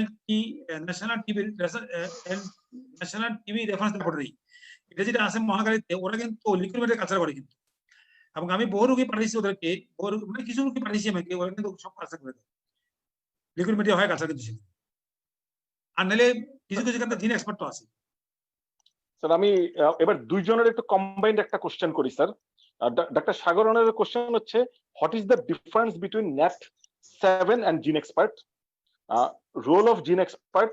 আর স্যার আরেকজনের কোশ্চেন আছে sir doctor Pratyay Dey, should we do gene expert in all cases of extrapulmonary tuberculosis like ascitic fluid, CSF fluid, etc.? Gene expert আর নেট সমান আলাদা জিনিস। জিন এক্সপার্ট সহজ কথায় পিসিআর, আমি সহজ কথা বলি, জিন এক্সপার্ট মানে পিসিআর, যদি জিন বের করে, জেনেটিক ম্যাটেরিয়াল বের করে। অনেকগুলো মেথড আছে, সেটা হলো একটা পিসিআর হইতে পারে, কনভেনশনাল পিসিআর আছে, এবং জিন এক্সপার্ট একটা পিসিআর এর মেথড, কিন্তু এটা মডিফাইড পিসিআর, যেটা পিসিআর। আর এবং এটা দিয়ে আমি বলছি যে ড্রাগের ইয়া পাওয়া যায়, কিনা বলে ড্রাগ রেজিস্ট্যান্ট যে জিনটা, সেই জিনটা ইউজ করতে পারে। আর যেটা নাকি ইয়া টেস্ট বলেন, ম্যাট যেটা, সেটা মলিকুলার টেস্ট। মলিকুলার টেস্ট সেখানে কিছু ম্যাট অ্যান্টিবডি বা এই ধরনের কিছু ম্যাটেরিয়াল থাকে রিলিজ, যেমন ইন্টারফেরন রিলিজ দেখে, ইন্টারফেরন রিলিজ হচ্ছে কিনা সেটা দেখে, আর কিছু সম্পূর্ণ জিনিস। এবং জিন expert for the diagnosis of tuberculosis, bacteria দেখার জন্য। আর এটা এবং ডায়াগনোসিস অফ যে কোনো টিবি হতে পারে। আর নেট তো করা হয় জাস্ট একটা ইন্টারফেরন আলফা রিলিজ হচ্ছে কিনা টিএমএস থেকে, ওই জিনিস দেখা হয়, সম্পূর্ণ আলাদা জিনিস। আর gene expert for the diagnosis of extrapulmonary tuberculosis আমি তো মনে করি করা উচিত, তবে interpretation should be done carefully. কারণ আমি আগে বলছি gene expert can be positive on that basis, সুতরাং এটা কিন্তু একটু খেয়াল করে করা উচিত সবখানে। Next question doctor Mostafa Morshed, অনেকগুলা কোশ্চেন করছে স্যার, আমি তার মধ্যে তার 3টা কোশ্চেন পড়ে শোনাই, সে 4টা কোশ্চেন করে ফেলছে স্যার খুশিতে। প্রথম হচ্ছে is there any role of steroid in non resolving lymphadenitis? Second question, how can we follow lymph tuberculosis patient? Third, how can diagnose genital TB and how long treatment should be continued? Lymph TB তো সে কি আমার লেকচারটা মানে কথাটা ভালো বোঝা নাই, আমি বুঝতে পারিনি। নন রিজলভিং লিম্ফ যেটা বলছে সেটাকে আমি বলবো প্যারাডক্সাল রিঅ্যাকশন, আমি যেটা আমি ইউজ করছি। নন রিজলভিং লিম্ফ্যাটিস কোন শব্দ নেই, প্যারাডক্সাল রিঅ্যাকশন। তো প্যারাডক্সাল রিঅ্যাকশনে কিছু স্টেরয়েডের ভূমিকা আছে বললাম, তো ভূমিকা আছে অনেকে দেয়, কিন্তু পরবর্তীকালে যদি বেশি হয়, সার্কিটিং হয়, তখন অবশ্যই সার্জিক্যাল এক্সট্রাকশন করা ভালো। এবং এক্সট্রাকশন করলে পুরো গ্ল্যান্ড ফেলে দেওয়া হলো, বেসিলিও ফেলে দেওয়া হলো। আগে কিন্তু একসময় কিন্তু টিবি ট্রিটমেন্ট ছিল পুরো গ্ল্যান্ড ফেলে দেওয়া, সেই দিকে যেতে পারি আমরা, প্লাস ডায়াগনোসিসের জন্য হেল্প হয়। আর জেনারেল টিউবারকুলোসিসের জন্য এটা সম্পূর্ণ ক্লিনিক্যাল। তবে আমরা তো পারি, তো আমরা যখন এপিডেমিস আমরা তো এফএনসি করি না, কিন্তু এফএনসি করে হিস্টোপ্যাথোলজি করার পর আর কিছু করি না। সুতরাং একই জিনিস, একই সিস্টেম, যেখানে টিস্যু নেওয়া সম্ভব, যে অর্গানের টিস্যু জেনারেল অর্গান যেটা বিক্রি করছে, যেখানে টিস্যু নেওয়া সম্ভব সেটা টিস্যু নিয়ে ডায়াগনোস করতে হবে, হিস্টোপ্যাথোলজি, এফবি, স্টেনিং কালচার। আর যেটা প্রফেসর রিদওয়ান সাহেব বললেন, যেখানে টিস্যু নেওয়া যাবে না সেখানে ওনার যে ক্রনিক ট্যাবলেট ইংলিশ যে থিওরি আছে সেই থিওরি অ্যাপ্লাই করতে হবে, ডায়াগনোস করতে হবে। Over. Next question professor Ridwan স্যারের কাছে স্যার, আমি একটু স্যারকে একটা কোশ্চেন করি sir, when to add pyridoxine with isoniazid at the beginning of treatment or when there is sign symptom? সাথে আরেকটা কোশ্চেন তার আছে, ডক্টর হাফিজের এন্টি টিউবারকুলার ড্রাগটা কোন সময় নেওয়া উচিত, morning, evening, or empty stomach, or full stomach? Sir এই total question sir আপনি একসাথে স্যার একটু যদি বলেন। রিদওয়ান স্যার এত সহজ কোশ্চেন রিদম দিলে কেমন হবে? রিদম একটা কোশ্চেন করতে হবে, এটা আমি দিই। ভাই তুমি বলতে বলেন, আপনি বলেন। না, এটা আমি দেই, এটা সহজ কোশ্চেন। এর প্রথমটা কি ছিল? Sir when to add pyridoxine ও উইথ পাইরোক্সিন। আইসোনিয়াজাইড। এটা কতগুলো At the- এটা তো শুরুতে পাওয়া উচিত, আমার কতগুলো ইন্ডিকেশন আছে, তো পরীক্ষা প্রশ্ন একটা ও তো জানা উচিত, এটা পরীক্ষা প্রশ্ন এটা আউট লেভেলে কেমন হবে? যেমন প্রেগন্যান্সিতে বলা হয় এক কথা মেল নারিশ জানা, যাতে ভিটামিন ডি অলরেডি আছে তাদের দিতে হয়। মেল নারিশ এইচআইভি এই ধরনের একটা গ্রুপ আছে, এটা বইতে আছে, এগুলো দিতে হয়। আর নেক্সট আরেকটা প্রশ্ন কি, কখন খাইতে হবে? হ্যাঁ, এটা কি শুরুতেই? প্রথম কথা হলো রিদওয়ান যদি ইয়া করে দিলে বলবে টিবিউস খাইলেই হইলো, পেটে গেলে হইলো, প্রথম বদলে একটা। দ্বিতীয় কথা হলো হ্যাঁ, খালি পেটে খেলে অ্যাবজর্পশন ভালো হয়, এটা ঠিক। যে কোনো ওষুধে যদি খালি পেটে খাওয়া যায়, এমটি স্টমাকে খাওয়া যায়, এমন করে শোনা আছে নাকি? আমি তো ক্লিয়ার স্যার, ক্লিয়ার। হ্যাঁ, যদি এটা এমটি স্টমাকে যে কোনো ওষুধে যদি এমটি স্টমাকে দেওয়া যায়, তাহলে এমটি স্টমাকে অ্যাবজর্পশন ভালো হবে, সে খাইতে পারবে। সেটা সকালে খালি পেটে খাইতে পারে, দুপুরে খালি পেটে খাইতে পারে, রাত খালি পেটে খাইতে পারে। রোগীটা যখন খাই অবস্থ তখন, রোগী খাইয়া সকালে অবস্থ, আমি বলে তোকে রাতে শোয়ার টাইমে খাইতে হবে, তাইলে হবে না। 3 নম্বর হইলো এমটি স্টমাক না ফুল স্টমাক, ওই যে কথা বলো হইলো, যদি কোনো রোগী খালি পেটে সহ্য করতে পারে না পারে বা খালি পেটে খেলে তার নসিয়া ভমিটিং হয়, তাইলে বলা হয়েছে তাকে কিছু খাইয়া খাওয়ার জন্য বলছে। এবং এটাও দেখা গেছে যে রিফারেন্সটা খুব বেশি হয় না, কিন্তু সামনে যদিও রিফারেন্সটা ইম্পর্টেন্ট, এই খালি পেটে খাইতে বলা হয়। রিদওয়ান ঠিক আছে কিনা? হ্যাঁ, ঠিক আছে। ঠিক আছে, নেক্সট। আর একটা কারণ হচ্ছে সকালে খালি পেটে খেলে মর্নিং এর সেকেন্ড ইউরিন যেটা হবে আফটার ব্রেকফাস্ট, সেটা রেড হবে। This is a test of compliance. Yes, exactly, yes, exactly. এটা দেখার Next. জন্য আমরা জিজ্ঞেস করি যে প্রস্রাবটা লাল হয়েছে Yes, কিনা। yes, thank you for addition. Sir doctor সেবাস পালের দুইটা question, why MT is negative in miliary TB, আর second question, does TB can cause hepatic abscess or acute hepatitis? প্রথম কথা হলো আমি তো বলে নিয়েছি এমটি নেগেটিভ হবে, নেগেটিভ বলেছি। তো এমটি আচ্ছা। হয় this a part of immunity reaction, আর ইমিউনিটি কেমন তার উপর নির্ভর করে। ইমিউনিটি ওভারহেলম হয়ে যায়, প্রথম হলো ইমিউনিটি যখন ডেভেলপ করবে তখন তার এমটি পজিটিভ হবে। আর যখন ওভারহেলমিং হয়ে যায় বা যদি সে ইমিউনো কম্প্রোমাইজড আগের থেকে, তাহলে এমটি নেগেটিভ হবে। আরটা হলো কি প্রশ্ন, এটা পরেরটা, এই পরেরটা কি? Sir does TB can cause hepatic abscess or acute hepatitis? Acute hepatitis করার কথা না, অ্যাবসেস মানে অ্যাবসেস লাইক ডিসিশন করতে পারে, যেহেতু ফিজিশিয়ান করতেছে অ্যাবসেস লাইক ডিসিশন করে, কিন্তু আমরা যেটাকে অ্যাবসেস বলি বা আমরা যেটাকে একুইট হেপাটাইটিস বলি, সেরকম হেপাটাইটিস টিবি হওয়ার কথা। তবে টিবি ক্যান ইনভলভ লিভার, এটাকে এটা আছে, এবং পিইউ একটা কম কজ, কিন্তু involvement TB hepatic liver. Sir আরেকজন আছে অ্যানোনিমাস, নাম উল্লেখ করা নাই, referral criteria to neurosurgeon in Pott's disease? প্রথম কথা হলো পটস ডিজিজে কিন্তু respond well to anti TB drugs, কিন্তু যদি নিউরোলজিক্যাল সিম্পটম শুরু হয়ে যায়, প্রথম কথা এক কথায় শেয়ার, নিউরোলজিক্যাল সিম্পটম শুরু হলে তাইলেই তো তাকে রেফার করতে হবে, তাছাড়া তো রেফার করার কোনো দেখছি আমি। Exactly, compressive myelopathy.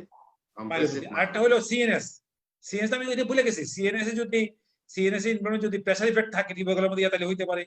যদি টিউবারকুলার মেনিনজাইটিসে হাইড্রোকোলাস হয়ে থাকে বা হাইড্রোকোলাস হওয়ার সময় হয়ে থাকে, সিম্পটম হয়ে দেখা যায়, তাহলে রেফার করা লাগতে পারে। স্যার আর লাস্ট দুইজনের কোশ্চেন নিব স্যার, আরো অনেক আছে। ডাক্তার শোয়েবের দুইটা কোশ্চেন থেকে একটা করতেই sir, how to evaluate tubercular pericarditis, pericardial effusion, cardiac tamponade, evaluation কিভাবে হবে স্যার?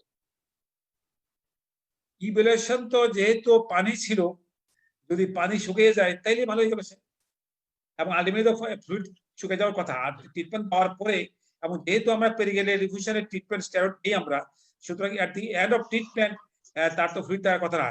এখন তো ফ্লুইড আল্ট্রাসাউন্ডে ইকোকার্ডিতে ফ্লুইড মাপা যায়, প্রথম ফ্লুইড ছিল, পরবর্তীকালে ফ্লুইড আমরা দেখছি, ক্লিনিক্যালি দেখছি আমরা গার্ডিয়ান ট্রিটমেন্ট ফ্লুইড থাকে না, এটা হলো একটা। আর যে বলছে কিছু প্যারামিটার আছে হেমাটোলজিক্যাল, ইএসআর, সিআরপি, সিবিসি, এগুলো অনেক কিছু আছে, এগুলো আমরা করতে পারি। আর সাইজ দেখার জন্য তো ইকো করলে আমরা সাইজ বুঝবো, হার্টের সাইজ বুঝবো, চেস্ট এক্সরে তো ইনিশিয়াল চেস্ট সাইজ বুঝতে হবে। শুনে এগুলো সবগুলো করে, তবে don't forget clinical evidences. Next sir আমি কোশ্চেন করার আগে স্যার আমাদের মাঝে আছেন স্যার প্রফেসর ডক্টর সোহেলুল ইসলাম স্যার, আপনারই খুব কাছের মানুষ, আমি স্যার একটু সোহেল স্যারের একটু ওপিনিয়ন শুনতে যাচ্ছি স্যার। হ্যাঁ সোহেল তো প্রফেসর সোহেল ভালোই পড়ে, ভালো ছিল তো। স্যার আনমিউট করেন, স্যার আনমিউট করেন।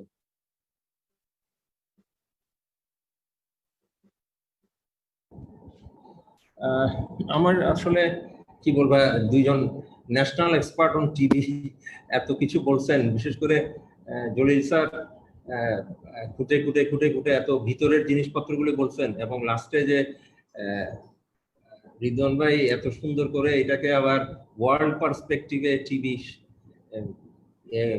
যে নলেজ আমাদেরকে দিয়েছেন, এখন আমি ধন্যবাদ জানানো ছাড়া বিডি ফিজিশিয়ানসের পক্ষ থেকে নিজে আর কি বলবো। তবে ওই আমরা যখন অনেক সময় ওই ডিস্ট্রিক্ট হসপিটালে কাজ করছি অনেক সময়, এবং অনেক সময় ডিস্ট্রিক্ট হসপিটালের ডাক্তাররা ওই প্রবলেম ফেস করে, বিশেষ করে এক্সট্রা পালমোনারি টিউবারকুলোসিস, অ্যাবডোমিনাল টিবির বেলায় দেখা গেছে যে অ্যাবডোমিনাল টিবির ক্রনিক অ্যাবডোমিনাল পেইন, এবং রিদওয়ান ভাই যেটা বললো যে ক্রনিক ফেব্রাইল একটা ওয়েস্টিং কন্ডিশনও আছে পেশেন্টের, এবং আলট্রাসোনোগ্রাফিতে মেসেন্টারিক লিম্ফেডিনাইটিস দেখা যাচ্ছে। এই পেশেন্টের হাইলি পজিটিভ মন্টুস টেস্ট, কিন্তু ওকে আমি laparoscopic biopsy of the mesentery অথবা লিম্ফ নোডের ল্যাপারোস্কোপিক বায়োপসিটাও করতে পারতেছি না, বা সিটি গাইডেড এফএনএসিটাও কনক্লুসিভ বা করতে পারতেছি না, বা কনক্লুসিভও না। এক্ষেত্রে যদি মন্টুস টেস্ট একদম স্ট্রংলি পজিটিভ হয়, আমি জলিল স্যারকে রিদওয়ান ভাইকে বলবো যে আমি টিবির ওষুধ কি শুরু করে দিব কিনা বাংলাদেশি পার্সপেক্টিভে। করা যাবে, 1/3 টিভি নাই যদি তুমি তাড়াতাড়ি করো। রিদওয়ানের একটা কথা আমি বলতে ভুলে গেছি সাপোর্ট করার জন্য, আমি ঠিক মনে নেই আমি কোথায় পড়ছিলাম, নিউজিল্যান্ড না কোন জায়গাতে জানি মাইক্রোব্যাকটেরিয়া না পাওয়া গেলে তাকে টিবি বলে, মাইক্রোব্যাকটেরিয়ার কালচার করে না পাওয়া গেলে তাকে টিবি বলে। আর আমরা দেশে বলতেছি আমরা যে এমডি ট্রিটমেন্ট দিব, আমি তো বলছি যে এটা ক্লিনিশিয়ানের হাত, ক্লিনিশিয়ান যদি মনে করে টিবি, এটা টিবি কোনো সন্দেহ নেই। Clinician like Ridwan, clinician like Sohel, তারা বলতে বা আরো থাকতে পারে, আর থাকতে পারে। শোনো একটা টিবিতে হ্যাঁ, কিন্তু এমডি করে আমি তো বললাম এমডি আমরা কেন করি, ওই সাপোর্ট করার জন্য ডায়াগনোসটাকে, শুধু এমডি করে ডায়াগনোস আমি মনে করি কোনো ক্লিনিশিয়ান করা উচিত না। ক্লিনিশিয়ান আগে তাকে জিজ্ঞাসা করা উচিত সে টিবি সন্দেহ করছে কিনা, সে সন্দেহ করে and he can do manifest. আচ্ছা, ওই প্রশ্নটা একটা প্রশ্ন ছিল, ওইটার সাথে রিলেটেড আমি একটা কথা বলতে চাই। সেটা হচ্ছে একজন প্রশ্ন করছিল যে এটা পোস্ট প্রাইমারি টিউবারকুলোসিস কিনা। তাহলে এক্সট্রা পালমোনারি টিউবারকুলোসিস মানে এটা পোস্ট প্রাইমারি টিউবারকুলোসিস। রিয়ারলি কিছু অ্যান্টেরিয়র সার্ভাইকাল লিম্ফ নোডে প্রাইমারি হতে পারে, other all extra pulmonary tuberculosis are post primary tuberculosis. এবং পোস্ট প্রাইমারি টিউবারকুলোসিস এর একটা ক্যারেক্টার হচ্ছে it will localize the disease. তাহলে লাংসে হইলে একদিকের অ্যাপেক্সে থেকেই যাবে, ওখান থেকে আর নড়বে না, কিন্তু ওর কোনোদিন মিলিয়ারি হবে না, because he is post primary. ওদিকে হতে অ্যাবসেস হয়ে যাবে, ফাইব্রোসিস হয়ে যাবে, ওই জায়গায় নষ্ট হয়ে যাবে, ডিসেমিনেশন হবে না, because of the post primary tuberculosis. এই জন্য জেনারেলি অ্যাডাল্টে generalized lymphadenopathy is not due to tuberculosis, because অ্যাডাল্টে ডিসেমিনেটেড টিবি হওয়ার কথা নয় unless there is a reason for acquired immunodeficiency. তাহলে এই জন্য অনেকগুলো lymph node, bilateral lymph node যখন পাচ্ছেন, think of something else than tuberculosis unless তাহলে এই জন্য টিউবারকুলোসিস কিন্তু miliary tuberculosis is a disease of the children, it's not a disease of the adults. আবার এল্ডারলিতে গিয়ে কিছু লোকের মিলিয়ারি হয়ে যাচ্ছে because of the কিছু লোক আছে যারা যাচ্ছে ইনসিডেন্টালি, যে চাইল্ডহুডে ইমিউনাইজেশনও পায় নাই, চাইল্ডহুডে সে কোনো কারণে অ্যানোনিমাস মাইক্রোব্যাকটেরিয়ার কাছে এক্সপোজড হয়নি। তাহলে ওইরকম কিছু রোগী থাকবে যেগুলো অ্যাডাল্টে মিলিয়ারি টিবি অথবা ডিসেমিনেটেড টিবি হইতে পারে। এই জন্য ইউকেতে কিন্তু বয়সেই মিলিয়ারি টিবি হইতে পারে, সব বয়সেই ডিসেমিনেটেড টিবি হইতে পারে, কিন্তু আমাদের এটা রেয়ার, এটা লেস কমন যে ডিসেমিনেটেড টিবি হবে। তাহলে ডিসেমিনেটেড টিবির ওই ক্রাইটেরিয়া যেটা দুই অর্গান, মনে করেন ইন্টেস্টাইনও আছে, প্লুরাল ডিফিউশনও আছে, সরি অ্যাসাইটিসও আছে, ইন্টেস্টাইনাল স্ট্রাকচার আছে, অ্যাসাইটিস আছে। তাহলে এটা কিন্তু এটা ডিসেমিনেট হয়ে গেছে, এই দুইটা কিন্তু এক অর্গান নয়। তাহলে এই জন্য ওদের এরকম ডিসেমিনেটেড হতে পারে, কিন্তু একদম সারা শরীর হয়ে যে এটা লেস লাইক। এই জন্য generalized lymphadenopathy is less likely in adults in high TB endemic countries of the world. Thank you. Million dollar একটা সেন্টেন্স বলছি রিদওয়ান, তোমরা খেয়াল করছো কিনা জানি না, ছেলেরা খেয়াল করছো কিনা, difference between primary and post primary tuberculosis. Post primary tuberculosis never disseminate, I repeat, post-primary tuberculosis does not disseminate. Primary tuberculosis easily disseminate. এটা কিন্তু প্রফেসর রিদওয়ান বলছে, আমি একটু আবার একটু বাড়িয়ে বললাম। ঠিক আছে, থ্যাংক ইউ। নেক্সট প্রসিড করো। আচ্ছা, স্যার আরো অনেক কোশ্চেন আছে স্যার, আমি আরো একটু অনেক বলি কোশ্চেন আছে স্যার। ডক্টর এহসান, সেটা হচ্ছে কিছু কিছু প্রবলেম আমাদের কাছে ডাক্তাররা নিয়ে আসে যে একটা পেশেন্ট টিবির ওষুধ খাচ্ছে, ওই পেশেন্টের 2-3 মাস ধরে ভালোই আছে, ক্লিনিক্যালি সবকিছু ওয়েট ইনক্রিজ করছে, সবকিছুই ভালো। এই পেশেন্টের আবার চেম্বারে আসে যে জ্বর, কাশি, প্রোডাক্টিভ কাফ, একটা চেস্ট এক্সরেও নিয়ে আসে, ব্রঙ্কিয়েক্টিটিক শ্যাডো পাওয়া যায়। এই সমস্ত পেশেন্টের যে জ্বর হয় এটার জন্য। এবং আর কিছু পেশেন্ট আছে টিবির ওষুধ খাচ্ছে, ডায়াবেটিক ফিমেল, হঠাৎ করে acute swinging rise of temperature with rigor, urinary করে তার পার্সেল পাওয়া যাচ্ছে ইউরিনে। এই ক্ষেত্রে যে আমি সেকেন্ডারি একটা অ্যান্টিবায়োটিক যদি দিতে চাই এই পেশেন্টকে, যদি যার চেস্টে ইনফেকশন সেকেন্ডারি মনে করি, অনেক পেশেন্ট দেখা যায় যে ক্লিনিকে ভর্তি আছে, স্যাফট্রন ইনজেকশন শুরু করে দিয়েছে এবং টিবির ওষুধও পাচ্ছে। আর ইউরিনেট একটা ইনফেকশনে আমি কালচার, ইউরিন কালচার করবো কিনা, করে একটা অ্যান্টিবায়োটিক দিব না? আর এই যে 4টা অ্যান্টিবায়োটিক অলরেডি তো সে পাচ্ছে, অনেক সময় বলে যে আমি তো অলরেডি এতগুলি অ্যান্টিবায়োটিক খাচ্ছি, আমি যে আপনার তো ইউরিনে ইনফেকশন আছে। তো এই ক্ষেত্রে অ্যান্টিবায়োটিক চয়েস করতে আমি কি করবো? আমাদের এই সিনিয়র রিদওয়ান ভাই এবং আপনার কাছে না এই ক্ষেত্রে যখন এই প্রশ্নটা এসে গেছে, বলছে tuberculosis causes a fever which rarely causes chill and rigor. Then if a patient has fever which comes with chill and rigor, it is unlikely to be due to tuberculosis clinically. তাহলে এই জন্য মনে করো urinary tract বা respiratory tract আমাকে একটা diagnosis করতে হবে। এই জিনিসটা হচ্ছে মানে আমার দেশের কালচারের মধ্যে আসে নাই। মেডিকেল বোর্ডে যখন বলতেছি তখন ছট করে বলে যে সেফট্রাক্সন দাও, অমুক দাও, কিন্তু আপনি আগে ডায়াগনোসিসটা বলেন না। ডায়াগনোসিস না বলে ওষুধ কেন বলতেছে? তাহলে ডায়াগনোসিস যদি হয় তোমার কমিউনিটি অ্যাকার্ড নিউমোনিয়া, ওটা চিকিৎসা পাবে। ডায়াবেটিস যদি হয় যে সেকেন্ডারি ইনফেকশন ইন ব্রঙ্কিয়েক্টাটিক ক্যাভিটিস, ওটা চিকিৎসা পাবে। ক্লিনিক্যাল ডায়াগনোসিস যদি ইউরিনারি ট্র্যাক্ট ইনফেকশন হয়, ওটার এম্পিরিক ডায়াগনোসিস পাবে। তাহলে টিবি পাচ্ছে বলে আলাদা কোনো, টিবির ওষুধগুলোর bacterial very slow level of bacterial activity আছে। এটার মানে এমন নয় যে সব ব্যাকটেরিয়াল ইনফেকশন এটা কাজ করে। কিন্তু এটা দেখা গেছে যে প্যারানিউমোনিক ইনফিউশনে অনেক সময় আর্লি যদি অ্যান্টিটিবি দিয়ে দেওয়া হয়, ওদের ব্যাকটেরিয়াল ইনফেকশনটা প্রোগ্রেস করে এন্ড প্রোগ্রেস টু এম্পাইমাথোরাসিস অথবা লাং অ্যাবসেস, এইসব জিনিসগুলো হয়ে যেতে পারে, যে কারণে আর্লি না দিয়ে we need to go slow. তাহলে the empiric treatment will depend on your clinical diagnosis. So clinical diagnosis will guide which antibiotic to choose. I need not name any antibiotic. ইউরিনের কালচার সেনসিটিভিটিতে যেটা আসে ওটা আমি add করতে পারতেছি ওই অ্যান্টিটিভির সাথে। ওটা করতে পার না করলে তো কালচার কয়টাকে করতেছে আমরা 100 জনের 99 না করে আমরা একটা না করে আমরা এম্পিরিক চিকিৎসা যেটা সেটাই দেব। আচ্ছা, থ্যাংক ইউ। তো আসলে বিডি ফিজিশিয়ানস এর পক্ষ থেকেও আমি যেহেতু একটা এডমিন, আজকে আপনাদের দুইজন এক্সপার্ট, অনেক কিছু আসলে আমরা জানতে পারলাম। Is a good learning for us. এটার জন্য আমি থ্যাংক ইউ, কনগ্রাচুলেশনস।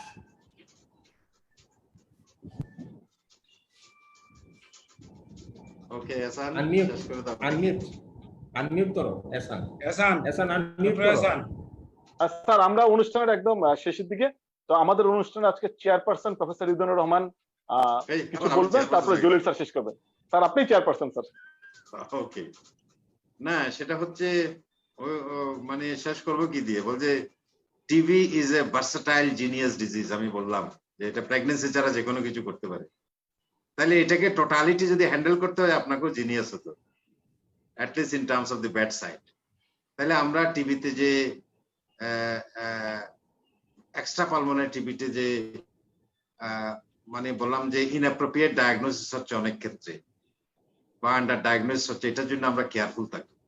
এটা আমাদের সচেতন থাকা, আমাদের প্রিন্সিপাল গুলাকে অ্যাপ্লাই করা, যে যখন লাইফ থ্রেটেনিং, অর্গান থ্রেটেনিং হবে না, গো slow to confirm your diagnosis, to try to confirm your diagnosis and exclude other differential diagnosis which can explain the syndrome.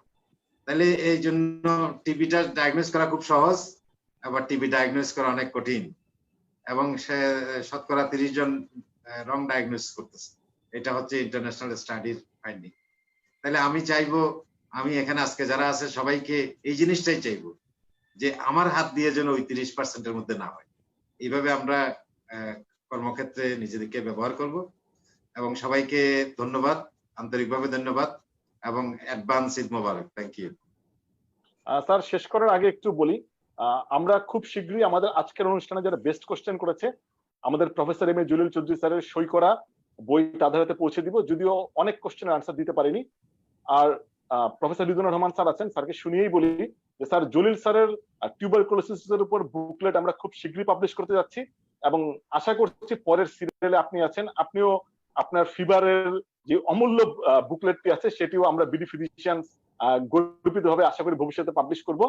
এবং আমি এখন স্যার সর্বশেষে জলিল আমাদের সবার প্রিয় জলিল স্যারকে আজকের অনুষ্ঠানের সমাপ্তি ঘোষণা প্লাস স্যারের কনক্লুডিং রিমার্কের অনুরোধ জানাচ্ছি। না, আমার তো বলার কিছু দরকার নেই। আমি তো ধন্যবাদ দেবো যে বিশেষ দুই ব্যক্তিত্ব যে আছে, আমাদের প্রফেসর রিদওয়ানুর রহমান, প্রফেসর সোহাইলুল আমার সাথে আসছেন, আমি খুব অভিভূত বোধ করছি এবং অনেক প্রশ্নের উত্তর ওনারা দিয়ে দিচ্ছেন। বিডি ফিজিশিয়ানকে অসংখ্য ধন্যবাদ। আর যারা আমার ছাত্র বা শিক্ষার্থীরা আছে তারা যদি কিছু উপকৃত হয়ে থাকে তাহলে এটা বিডি ফিজিশিয়ানের এই যে প্রসেসটা সফল হবে। তো আমি অনুরোধ করবো বিডি ফিজিশিয়ানের এটা এই করোনার দুর্দিনে যেখানে লেখাপড়া প্রায় বন্ধ, সেই দুর্দিনে তাদের এই প্রসেসটা তারাই চালিয়ে যাবে এই বলে আমি উপস্থিত সবাইকে ধন্যবাদ এবং কৃতজ্ঞতা জানাচ্ছি। ধন্যবাদ সবাইকে। সবশেষে ধন্যবাদ আমাদের আজকের sponsor health care pharmaceuticals limited সহ আমাদের সাথে যারা সহযোগিতা করেছেন সবাইকে। স্যার ধন্যবাদ সবাইকে। Sir thank you. Thank you.